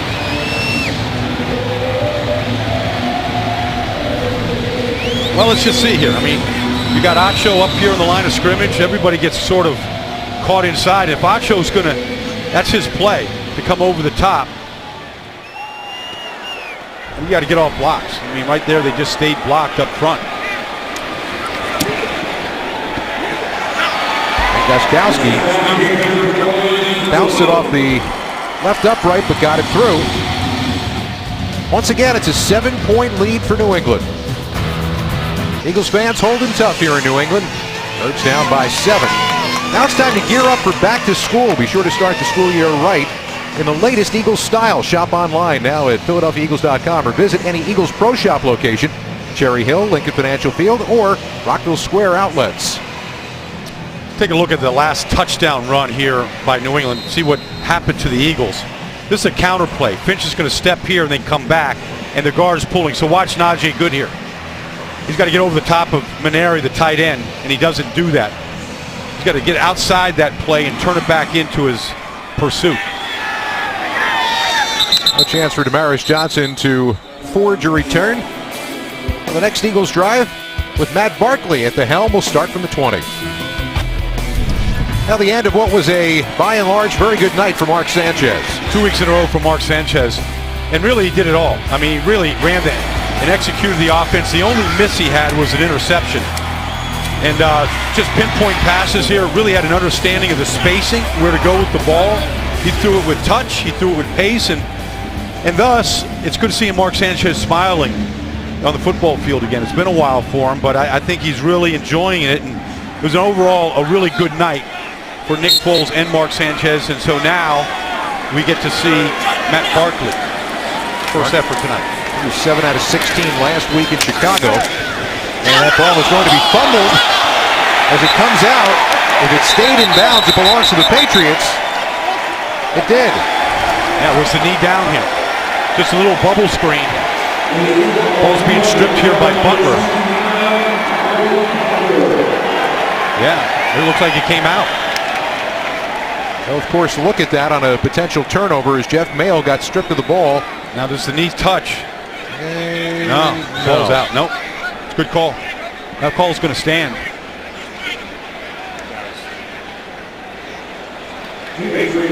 Ball's already out as the elbow hits down. Yeah, I mean, that's everybody in New England was talking about that kid Butler, but yeah, I mean, that's just an unfortunate fumble that time for Jeff Mail. Second time tonight an Eagles receiver is fumbled after a catch in their own territory. You got to know that when you catch those bubble screens in traffic, that you're going through the teeth of the defense. Previous play will be reviewed for down by contact or a fumble. And they work on that every day, Scott. They work on gauntlet drills where everybody's trying to rip it out of their hands. I mean, I've seen it. They work on it, but it's one thing to then do that in a game. If you're Jeff Mail, you finally get an opportunity in the ball game, and that's your first catch of the game. Yeah. Frustration. He's Oregon's all-time leading receiver. He's a heck of a special team player for Chip at Oregon and contributed last year on special teams, a little bit of depth at receiver. There certainly are a bevy of receivers who are competing for a couple of spots. Let's go down to Espadero. Well, you're right. You could probably pencil in 5 of those receivers, although the injury to Josh Huff, not quite sure how serious that is. Who is the 6th receiver here? It could be Aurelius Ben, who showed that he can play on special teams and has had a nice game at wide receiver as well. Jeff Mail did not help himself there at all. And Demarcus Johnson, don't count him out yet. If the injury to Huff is anything at all, Johnson is your option at kickoff return, man. We saw him as a versatile player within this offense too, so there are still some options at the wide receiver position for the Eagles. Yeah, Dave, and if you're any backup receiver on this team, you're expected to contribute and play well on special teams, coverage units. So you've got to be a complete football player. Jeff Mail has been able to do that. We've seen a number of players play that role here. Drilling stance, fumble, 1st and 10 New England. For the second time tonight, New England gets a short field courtesy of an Eagles wide receiver's fumble after a catch. And that'll be emphasized all week, to all the offensive players that touch the ball. Ball security is everything in this business. You just cannot give the ball up inside the 30-yard line, good territory here for the opposition. And all those things are being evaluated by that man.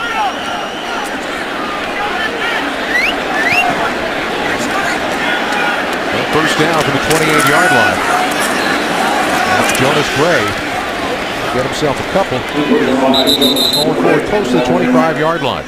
You know what teams do, Scott? I mean, everybody has these, coaches to coaches and assistants, and they take these takeaway reels and they just show you. They show the whole team, like, look, you can strip this ball. Look at how they're holding it. We're going to rip this ball out in traffic. I mean, everybody is trying to take the ball away in this league. It's emphasized everywhere you go. I can imagine as a player, when they start to show that in front of everybody, you just don't feel very good, do you? No, the peer pressure is one of the ways that you get things done in this business. Allen firing, and incomplete. Boyce tried to turn and run before he had the ball put away. And a flag on the play. Use of hands to the face, defense. Number 73, 5-yard penalty, automatic, 1st down. I don't know how many hands to the face there have been tonight. At least 5, right? So any hand to the face. We saw it in an officials meeting this year. Any hand to the face right now is going to be called. And there you got Joe Kruger with that left hand right underneath the guard there. And that's all it takes. It's not like incidental contact anymore.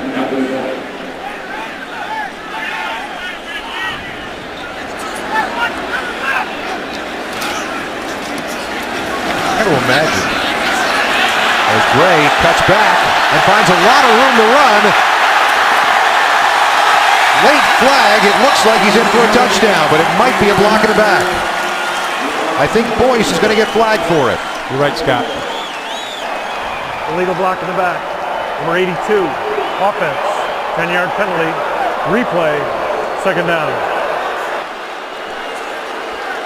Well, the story of preseason football in the NFL is the penalties that are being called right now. This one saved a touchdown for the Eagles as Jason Phillips misses the tackle in the backfield. And now, are you taking the right pursuit angles? You see that block in the back by Boyce right in front. You see 2 flags. So you turn to argue with an official and it's 2 officials. It's really hard to get away with your point at that point. Not when you see double flags come out. And then you see that glare from the sideline. We said in 2 games now, this is all being directed by the coaches to call these. One-on-one play down to the corner. And over the top of Marsh. Did he make the catch?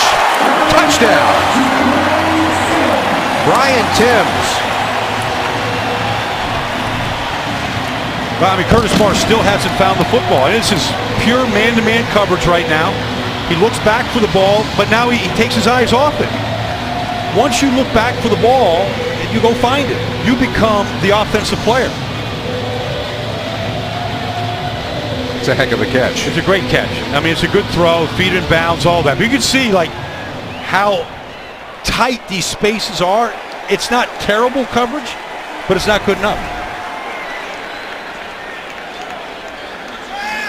And you can see in this league, I mean, they've been picking on Curtis Marsh here, and until he can stop it, they're going to keep going after him.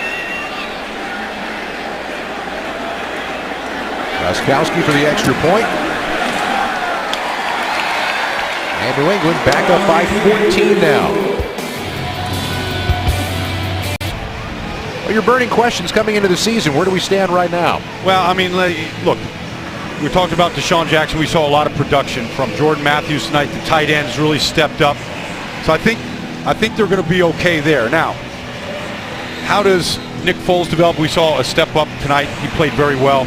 Defensively, obviously, they have to increase their pass rush, Scott. And they got to really, as you said at the beginning, they got to tighten the screws on the defense.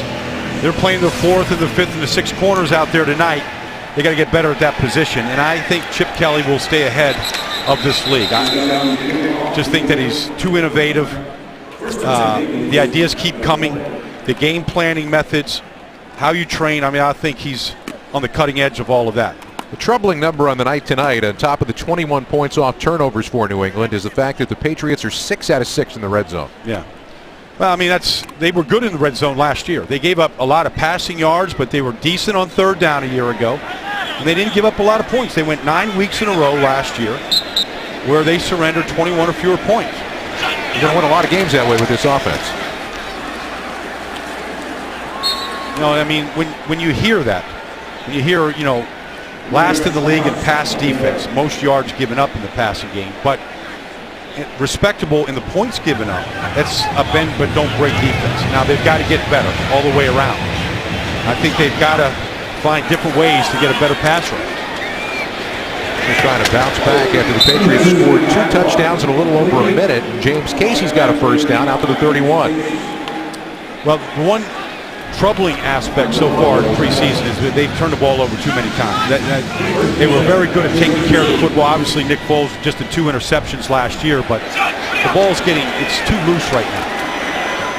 Barkley going up on top for Johnson, and the tip ball is picked off. No sooner said than done. Nate Ebner pulling in the interception in New England territory. That was a great throw by Matt Barkley. Dropped it right in the bucket to Johnson. It's the same play that he scored a touchdown on. Just a wheel route. They get him on the linebacker. And Demaryius Johnson just didn't catch that ball clean. Got it on his shoulder pad, and you just can't let that ball bounce off your shoulder pad in this league. There's too many bodies coming back to the football.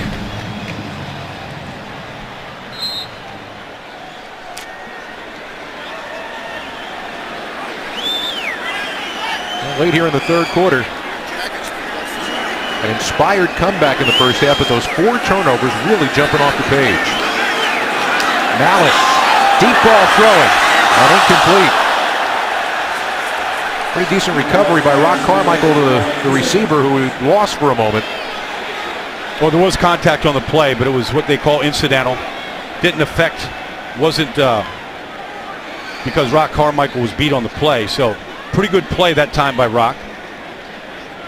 Remember the big turnaround last year in terms of turnover differential. Yeah. Well, if you want to go from 4 wins to 10 wins, that's a pretty good formula right there. Taking care of the football, and then we'd shown a graphic earlier, they really took it away the second half of the season.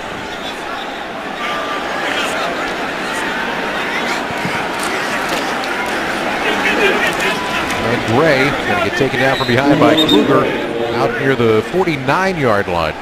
Setting up third down.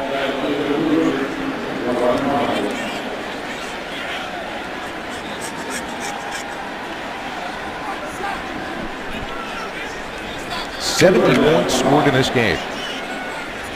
A lot of short field, Scott, off of a lot of turnovers on both teams. And neither one of these coaches will like that. It's funny you said neither one of these coaches when Belichick and Brady were on screen. And there you go. Brandon Graham comes in untouched and gets the sack that forces the Patriots into a punt. And that's a sack-off scheme. Nobody blocked Brandon Graham on the play. He's just going to come free here. They overload one side, and the back got lost.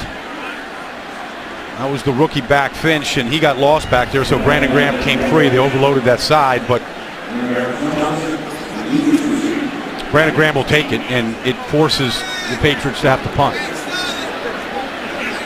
Ryan Allen will get it away, and Harris Johnson, will he get it away? Well, nobody's rushing the punter either. That's a bad mistake. As it turns out, it's going to be just fine for the Patriots. Look at this. Unbelievable. They're going to get it all the way down to the 10-yard line on a missed snap. Flag on the play.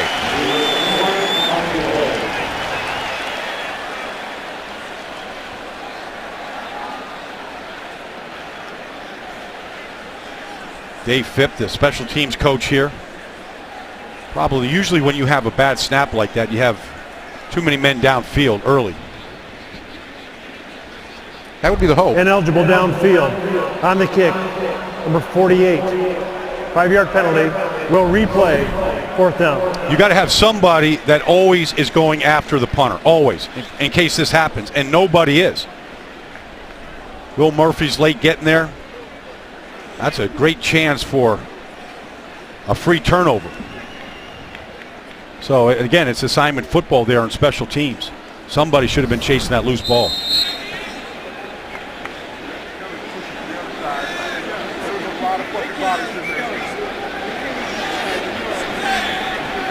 Well, we'll do it again. This time fielded cleanly. And Johnson a little room to operate. Flag on the play. Let me just record that. This is the most flags I've ever seen in a game in my life, Scott. I've never seen a game with this many flags thrown. And we haven't gotten finished through 3 quarters yet. During the return, holding number 35, return team. 10-yard penalty. First and 10. Daquan Lowe, a rookie out of Oklahoma State here. Trying to make this team as a free agent safety. He's in bad position. You hold because you're not in good position. He got behind the gunner on that play, didn't move his feet, and that's why he reached out and grabbed the gunner.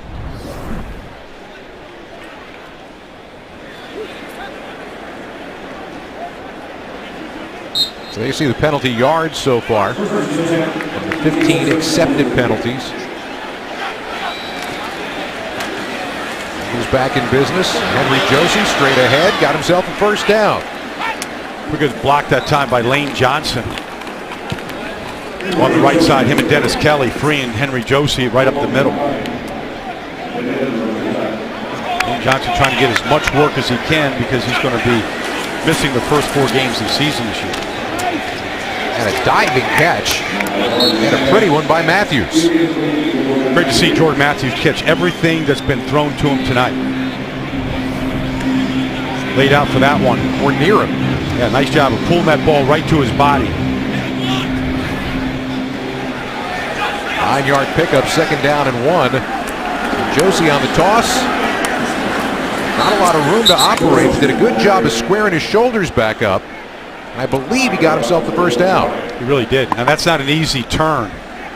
You know, that's like you need one of those European sports cars in order to make that type of turn.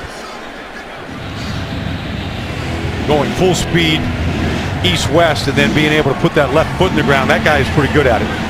Darren Sproles, we haven't seen a lot of it so far in the preseason, but he's about as quick and good at making that cut as there is in the league. Now they set up the bubble screen for Matthews, and there he goes. down the sideline. First down yardage. He's having a big game. All right, here we go. Just the old bubble screen. You got two blockers out in front. Nice job right here. Look, that's it. Look, he didn't get all of it, but you got enough. And then Jordan Matthews kind of danced right between them. That throw kind of slipped out on Barkley, tossing a bar of soap over the head of James Casey. The old bar of soap. Kind of slipped out of the hands. Matthews, 9 catches for 104 yards on the night. You're beginning to see those flashes of what it is that the Eagles saw of him. You see what he just looked to the sideline to get the signal. Now he's got to process the information.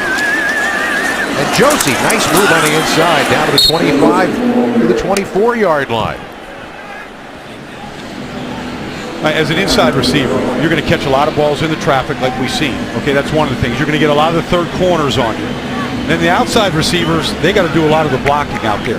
Because this was the leading rushing team in the National Football League because their receivers block on the outside. Barkley in some trouble and throws it away. And a late flag. It's going to be pass interference on the Eagles.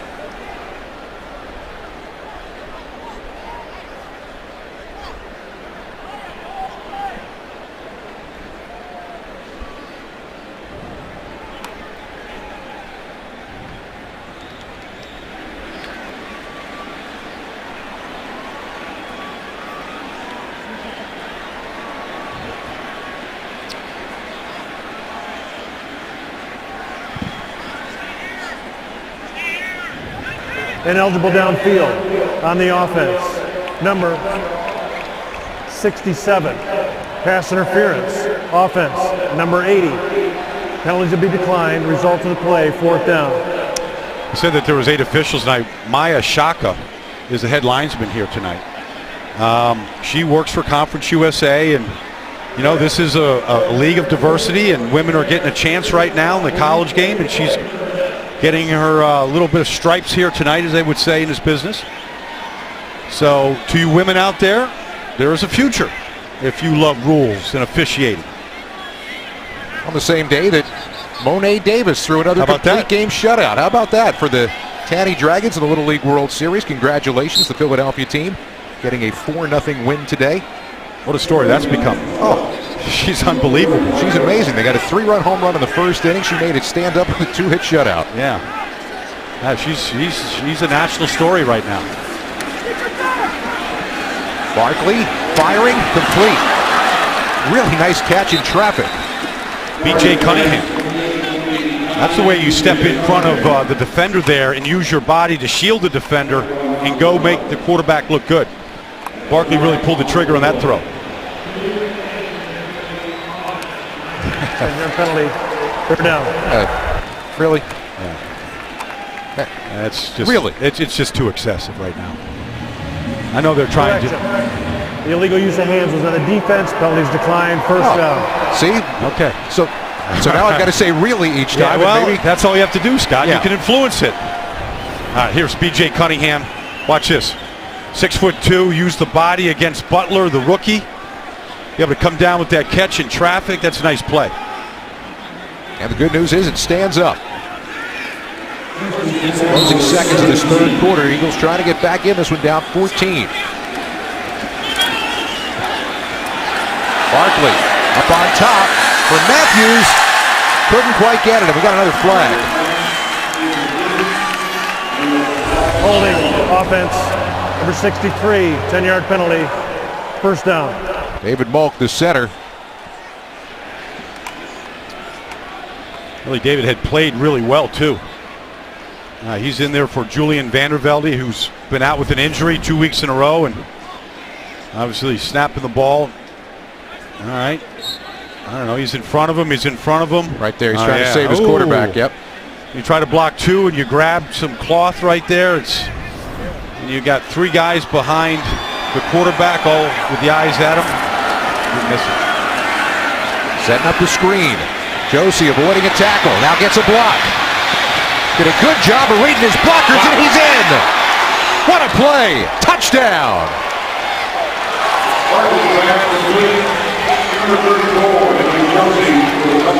That's a big thrill when you score your first NFL touchdown the way Josie just did.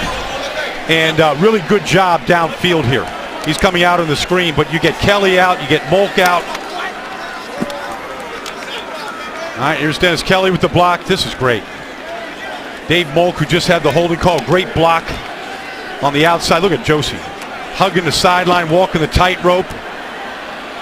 Terrific job. Yeah, I tell you. He just showed all the skill he had, and Molk bouncing back nicely after the holding call. Henry bangs the extra point through on the final play of the third quarter. And the Eagles will enter the fourth after that touchdown, down by just 7. Thanks to a great job by a rookie figuring out a way to stay in bounds down the sideline for his first NFL score. Josie getting his team back within 7 as we start the fourth quarter. Santander, a bank for your ideas. Not every idea needs a bank. Santander is here for the ones that do. More information available at santanderbank.com. Deuce Staley, of course, former Eagle, working with Henry Josie here. Got a little bit of electronics out there, just a little touchscreen, Scott. Show the play, and nice job walking the tightrope. Josie saying, yeah, what are you showing me? I did it know right, what didn't I? did. Yeah. They did a good job of setting up the screen. Opportunity for Boyce now to return the kickoff. And he'll get it out across the 20. Let's take it down to Dave Spadaro. Yeah, so this technology on the sidelines, 15 tablets down here for the coaches to use, although only about half of the coaches using the tablets. Many of them still using the faxes that they are set up to have. And then another 8 iPads are up in the coach's box. So technology is here. You can go to any play, coach camera angles. I mean, it's very, very high level technology. Instantaneous. You can get a play less than 2 seconds after it happens, and it is very helpful for the coaches. Technology certainly able to help. We've seen the use of tablets by coaching staffs that, you know, have been there for players now for several years in terms of being able to have their breakdowns sent right to them so they can look at them. But now this is instantaneous. Yeah. Well, you know, we can't get away from it. We can't get away. You don't sound like you like it very much. I'm not a big fan of technology. That's confusing to me. But Pat Shermer, he's got his little tablet right here. I mean, there's the tablets. So they're getting the pictures, and they're getting... This coming from a man who still has a flip phone. It's effective. I don't need all those pictures. But I think it's probably helping in the teaching department. Boy, that was grudging. Jonas Gray is going to have the first down as he gets it out to the 34. Scott, I like the grease board. I mean, draw the plays up in the dirt. Come on, you know, I remember Joe Montana, Bill Walsh drawing plays up in the dirt. I kind of miss that aspect of the game. All right. Yeah, Chip Kelly. Chip Kelly's got the smallest flip card and play sheet of anybody in this league. I mean, I've seen some that looks like a Jersey diner menu.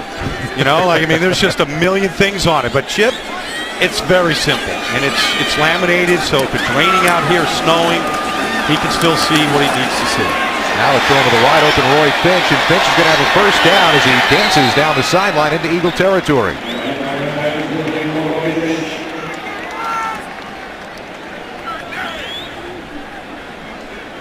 Francis Mays, the rookie out of Florida A&M, was there providing pressure, but Mallett found a way to get it to his receiver. Francis Mays is 6'9". On a play, I saw him playing nose tackle last week. I've never seen a 6'9" nose tackle. But they're high on his athletic ability. Did you see that? They've seen everything. What do you mean? Did you see that? They haven't missed anything. Here's Francis Mays inside. Francis Mays, a great story about how he began playing football. As the Patriots will pick up about 6 yards on first down. Tell that story about Francis, Scott. Well, Francis Mays had never played organized sports until he was 18 years old. A high school janitor, a guy he called Big E, said, you know what, you should be playing ball. And he said, you know what, I like that idea. That was it, huh? And then all of a sudden he was playing at community college. at Central Lakes Community College, found a way to play 2 years at Florida A&M, and now here he is as a rookie free agent trying to make an NFL squad. All thanks to Big E, the janitor. 6'9" nose tackle on the play. The guy 6'9" that looks that athletic. I mean, it's not that big a stretch to say, you know what, you should be playing ball, son. But like typically guys 6'9" playing on the nose, we used to call those guys tall timber. And then we just cut him. But that time he stayed on his feet and tracked down the play. Florida A&M has turned out a lot of good players. Remember Nate Newton in Dallas out of Florida A&M. Third down, at times this has been the defense's Waterloo tonight. And it is once again. There's your 9th third down conversion in 13 tries for the Patriots offense.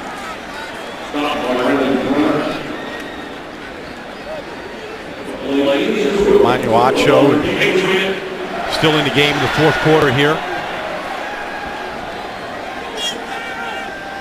Got a twin brother, Sam Acho, that plays for the Arizona Cardinals.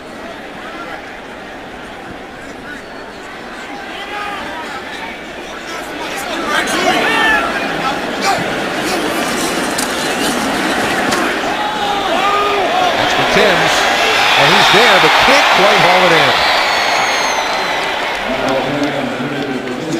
That was close to being another one of those plays up over the top. And who else? But it's been the Curtis Marsh show on the outside tonight. Constantly in man coverage.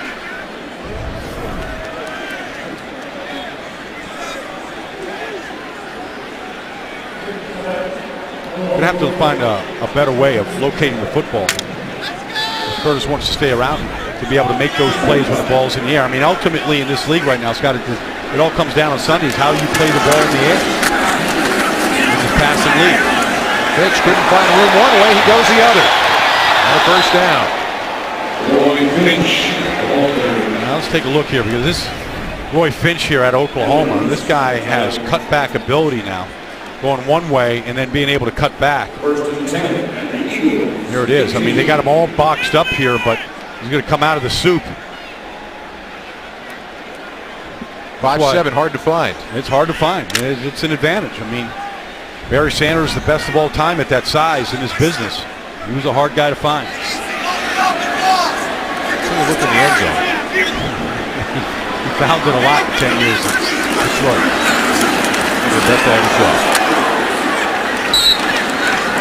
One way to slow him down is to box him in, set the edge, turn him back to your help. And there's Francis Mays making the play. Watch Brandon Graham on the outside turn this play back inside to Francis Mays. That's here we go. Beat the block up front.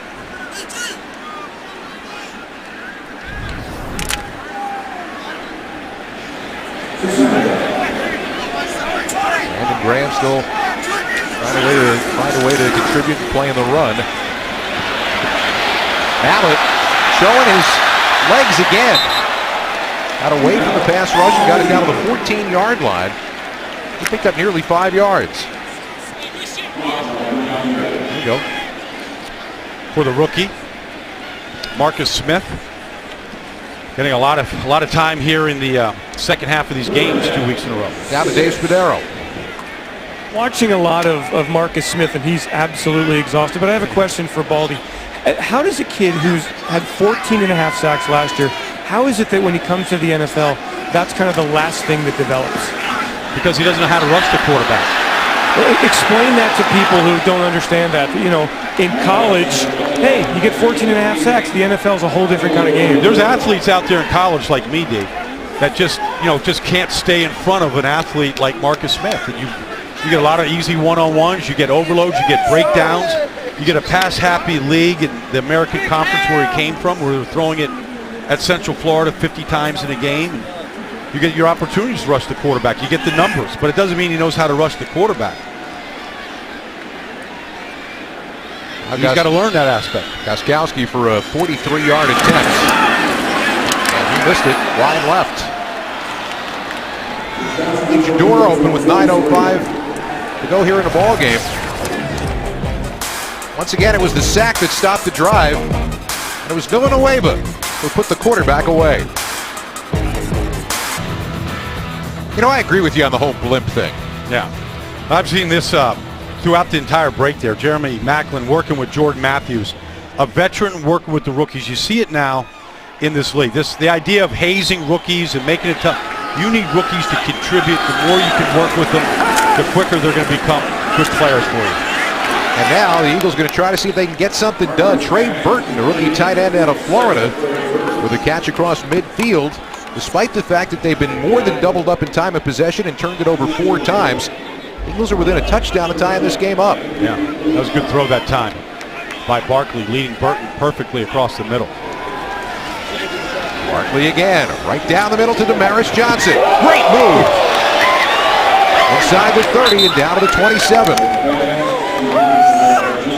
Damaris Johnson showed some good quicks on that play.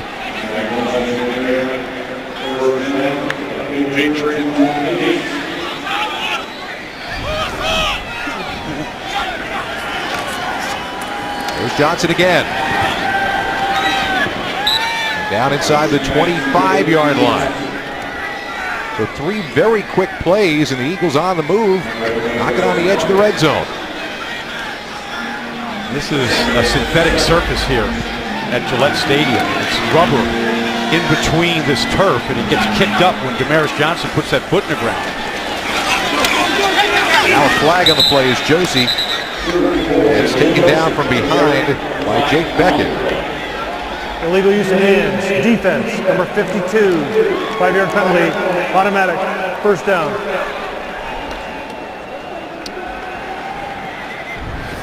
Well, Josie trying to break this tackle.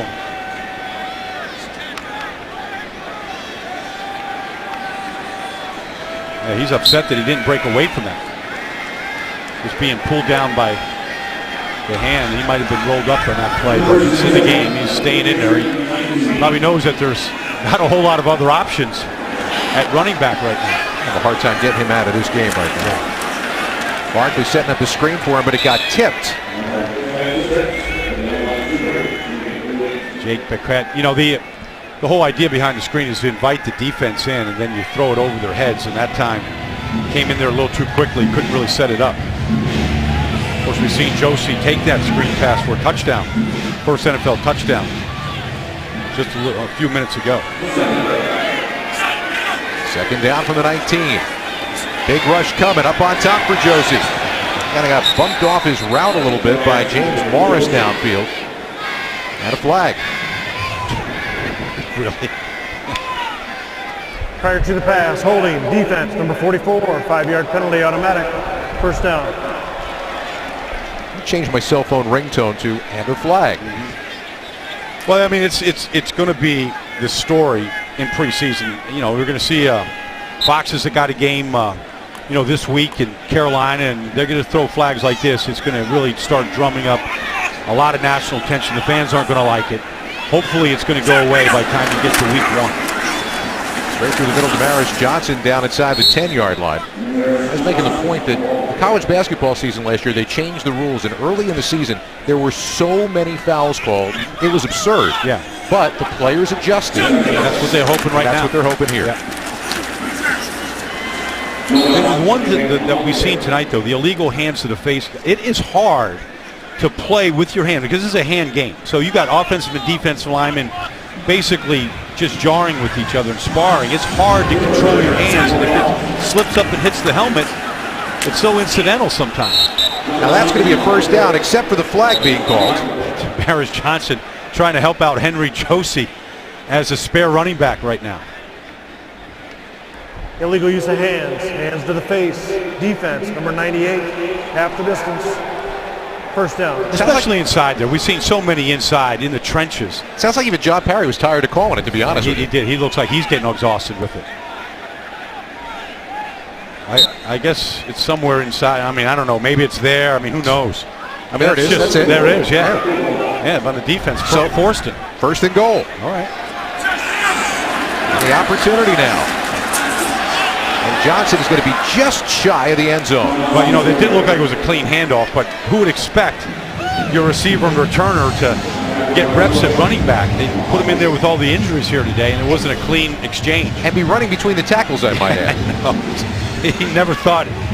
When he was at Tulsa, I mean, he did everything at Tulsa, including playing some quarterback. Gets the carry here. Just can't move the pile forward as he stopped just shy of the goal line. Damaris Johnson's 5'8", 175. Yeah. That's with, like bricks in his pocket.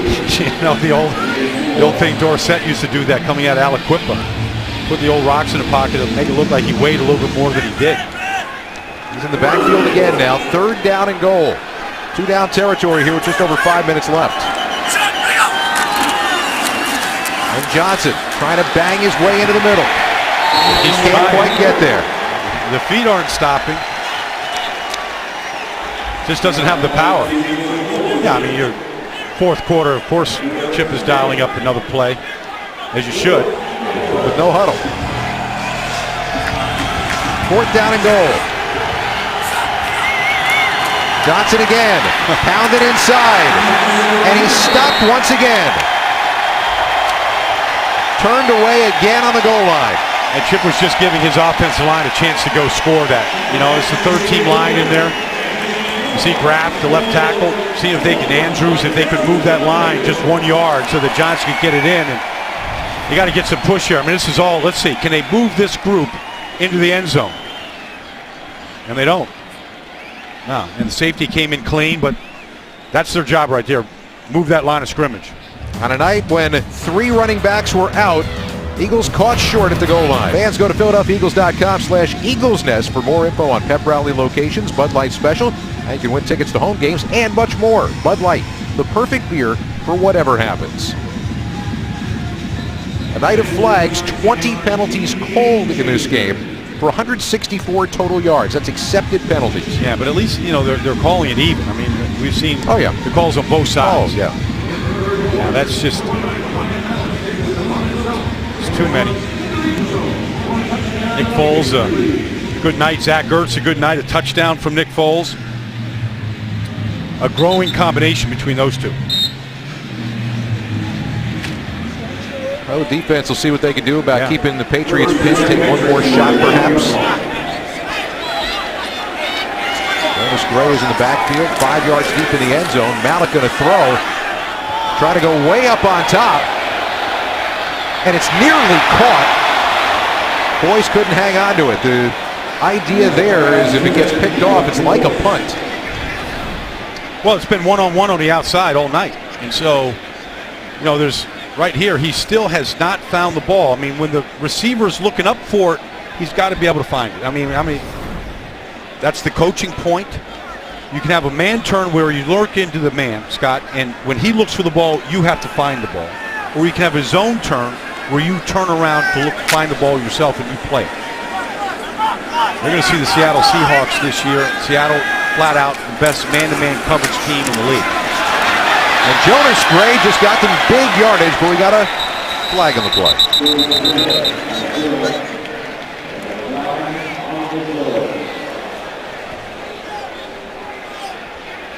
Illegal use of hands, hands to the face, defense, number 61, 5-yard penalty, automatic 1st down.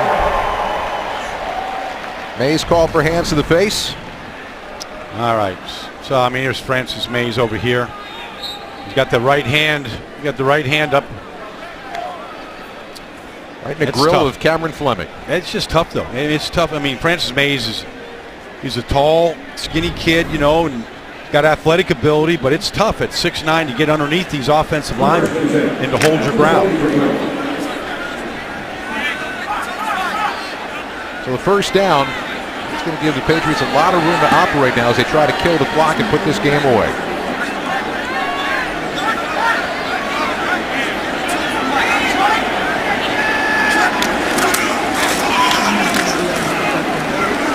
Through the middle for Jonas Gray, down across the 25 to the 26. And there's Alejandro Villanueva. We saw him with the sack. I talked to him just yesterday here, Scott. And, he got found at one of these free agent tryouts at Flowery Branch in Atlanta, and then in Detroit. He brought his wide receiver gloves with him to the tryout because that's what he played at Army at West Point. And they said, well, would you try playing another position? He goes, well, what would that be? They said, well, how about defensive end? He goes, I've never played defense. He's learning how to play defense here, you know, in the third and fourth quarter of these games, after being the tallest wide receiver maybe in the nation. All right, let's think about this for a minute. For a former Army Ranger who spent active duty in Afghanistan, what kind of a transition is that to come back here and try to do this? It's hard. It's hard. It's like learning a new sport. You know, I mean, it's first of all, the instincts aren't really there. Now, he's obviously a tough guy, an Army Ranger, duty in Afghanistan, and fearless, which are good attributes, but it's a game of technique. And at 6'9", it's hard to get underneath these guys. He's getting a chance to play out his childhood dream right now, obviously with a Brown star. I mean, he's got a bright future in anything that he wants to do. But sometimes you just, you know, you want to sort of purge the game of football out of your system before you move on. I'd like to see him at wide receiver, see what he looks like, to be honest with you, at that size. Well, 2009, he had 34 catches for 522 yards and 5 touchdowns. Yeah, and then for a running team. For a running team. Yeah, you know, they run the old triple option up there at West Point. They're trying for what would be the 60th first down of the night, and that more or less would put this game away with 2:26 left to go. Now,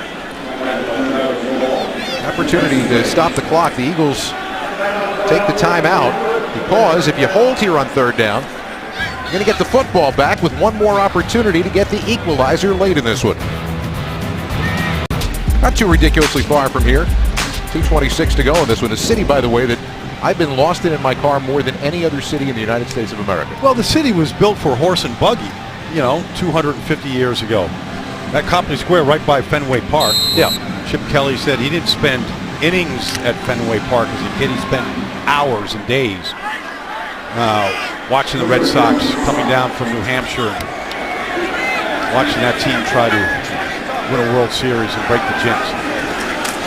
Third down play, Mallett throwing, and he got his first down. That's Timms, who sat down in coverage, moved the sticks. That might do it for the ball game. And we'll see. Going to wind it down to the 2-minute warning now. The Eagles will be able to stop it 2 more times after the 2-minute warning. That might have been the one, the 60th first down of the game, that allows the Patriots potentially to put this game away. There's the officials' huddle. Took place during the timeout. You think they're saying, well, you got one more hands to the face in you? If we get one more, we'll break a record. I mean, John Perry, the official tonight, the referee, even said that we're trying this new configuration tonight. We're playing with 8 officials. By the way, that's a Super Bowl referee. That's a good official right there. No, John's good. Yeah, so don't think that we're saying something out of turn here.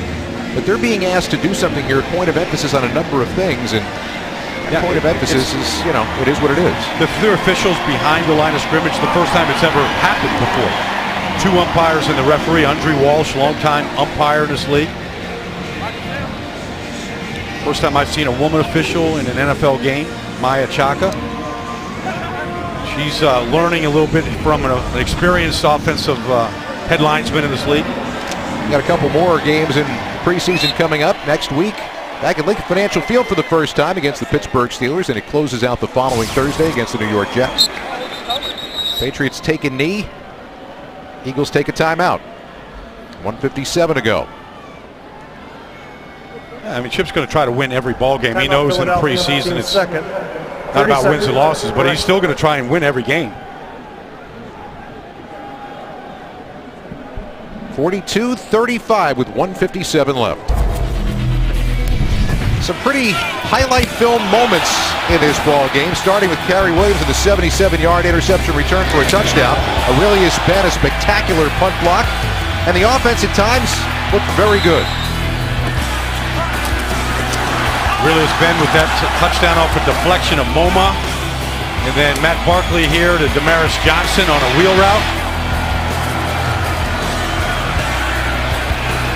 Henry Josie getting his first taste of NFL end zone. Getting a good chance to play tonight. Nick Foles needed to come in tonight and kind of erase week 1 from his memory. He did just that. Very efficient out there. Yeah, I thought he played well. Darren Sproles have yet to really see him really get on track and really be a big part of this offense in a preseason so far. Real limited action. Patriots going to run a play here. And by running the play, they effectively end the game. Jonas Gray, first down yardage. Eagles can only stop it one more time. They likely will not. And that's going to do it for your ball game. So we talked last week about what the coaches would be able to look at from game 1, how excited they would be being able to go home and see that after having seen the team on the field what they had to work on. So what will they be working on primarily now as they head into next week getting ready for the Pittsburgh Steelers? Well, you know, the third preseason game, and we always call it the dress rehearsal and all that, but I mean, I don't like that. This is going to be their last opportunity for the starters to really get important playing time. We'll see Shady probably carry the ball quite a bit. And then they're basically, that offense is going to take a break the last game against the Jets. And so it's really getting ready for Jacksonville next week. I mean, it's a real important game. And they want to eliminate some of the penalties, obviously, are going to be talked about. And then they're going to try and shore up this offensive line where they're not going to give up the pressure. You know, and so they're trying to tighten everything up here against the Steelers. The Steelers are going to do the same thing. Probably see the starters play into the second half next week, come out of the locker room at halftime and get ready for a second half. Should be interesting, and obviously defensively, I want to see if we can get some things buttoned up. It did not work this evening here against the Patriots. Two coaches who saw an awful lot of each other this week. Yeah, we may see that this scrimmage, you know, year in, year out going forward, two years in a row where 3 days of practice in a preseason game between these two coaches, these two teams. And once again, there's a great benefit to that for both of these coaches. Both coaches have talked about how important it is to them to be able to do this. And ultimately, you're talking about two teams who did it last year. Both teams were playoff teams. Patriots made it as far as the AFC Championship game.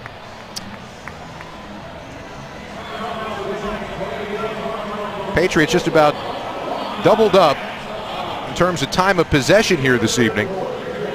And ultimately, one of the things that stands out was there were mistakes and there were penalties. There was mistakes and penalties, but I thought the Eagles quarterbacks, specifically Foles and Sanchez, played very well tonight, and that's encouraging going into next week's game against Pittsburgh.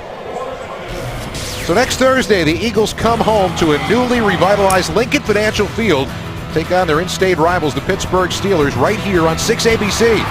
Stay up to date with all your Eagles news at PhiladelphiaEagles.com. For Dave Spadaro, Brian Baldinger, I'm Scott Graham.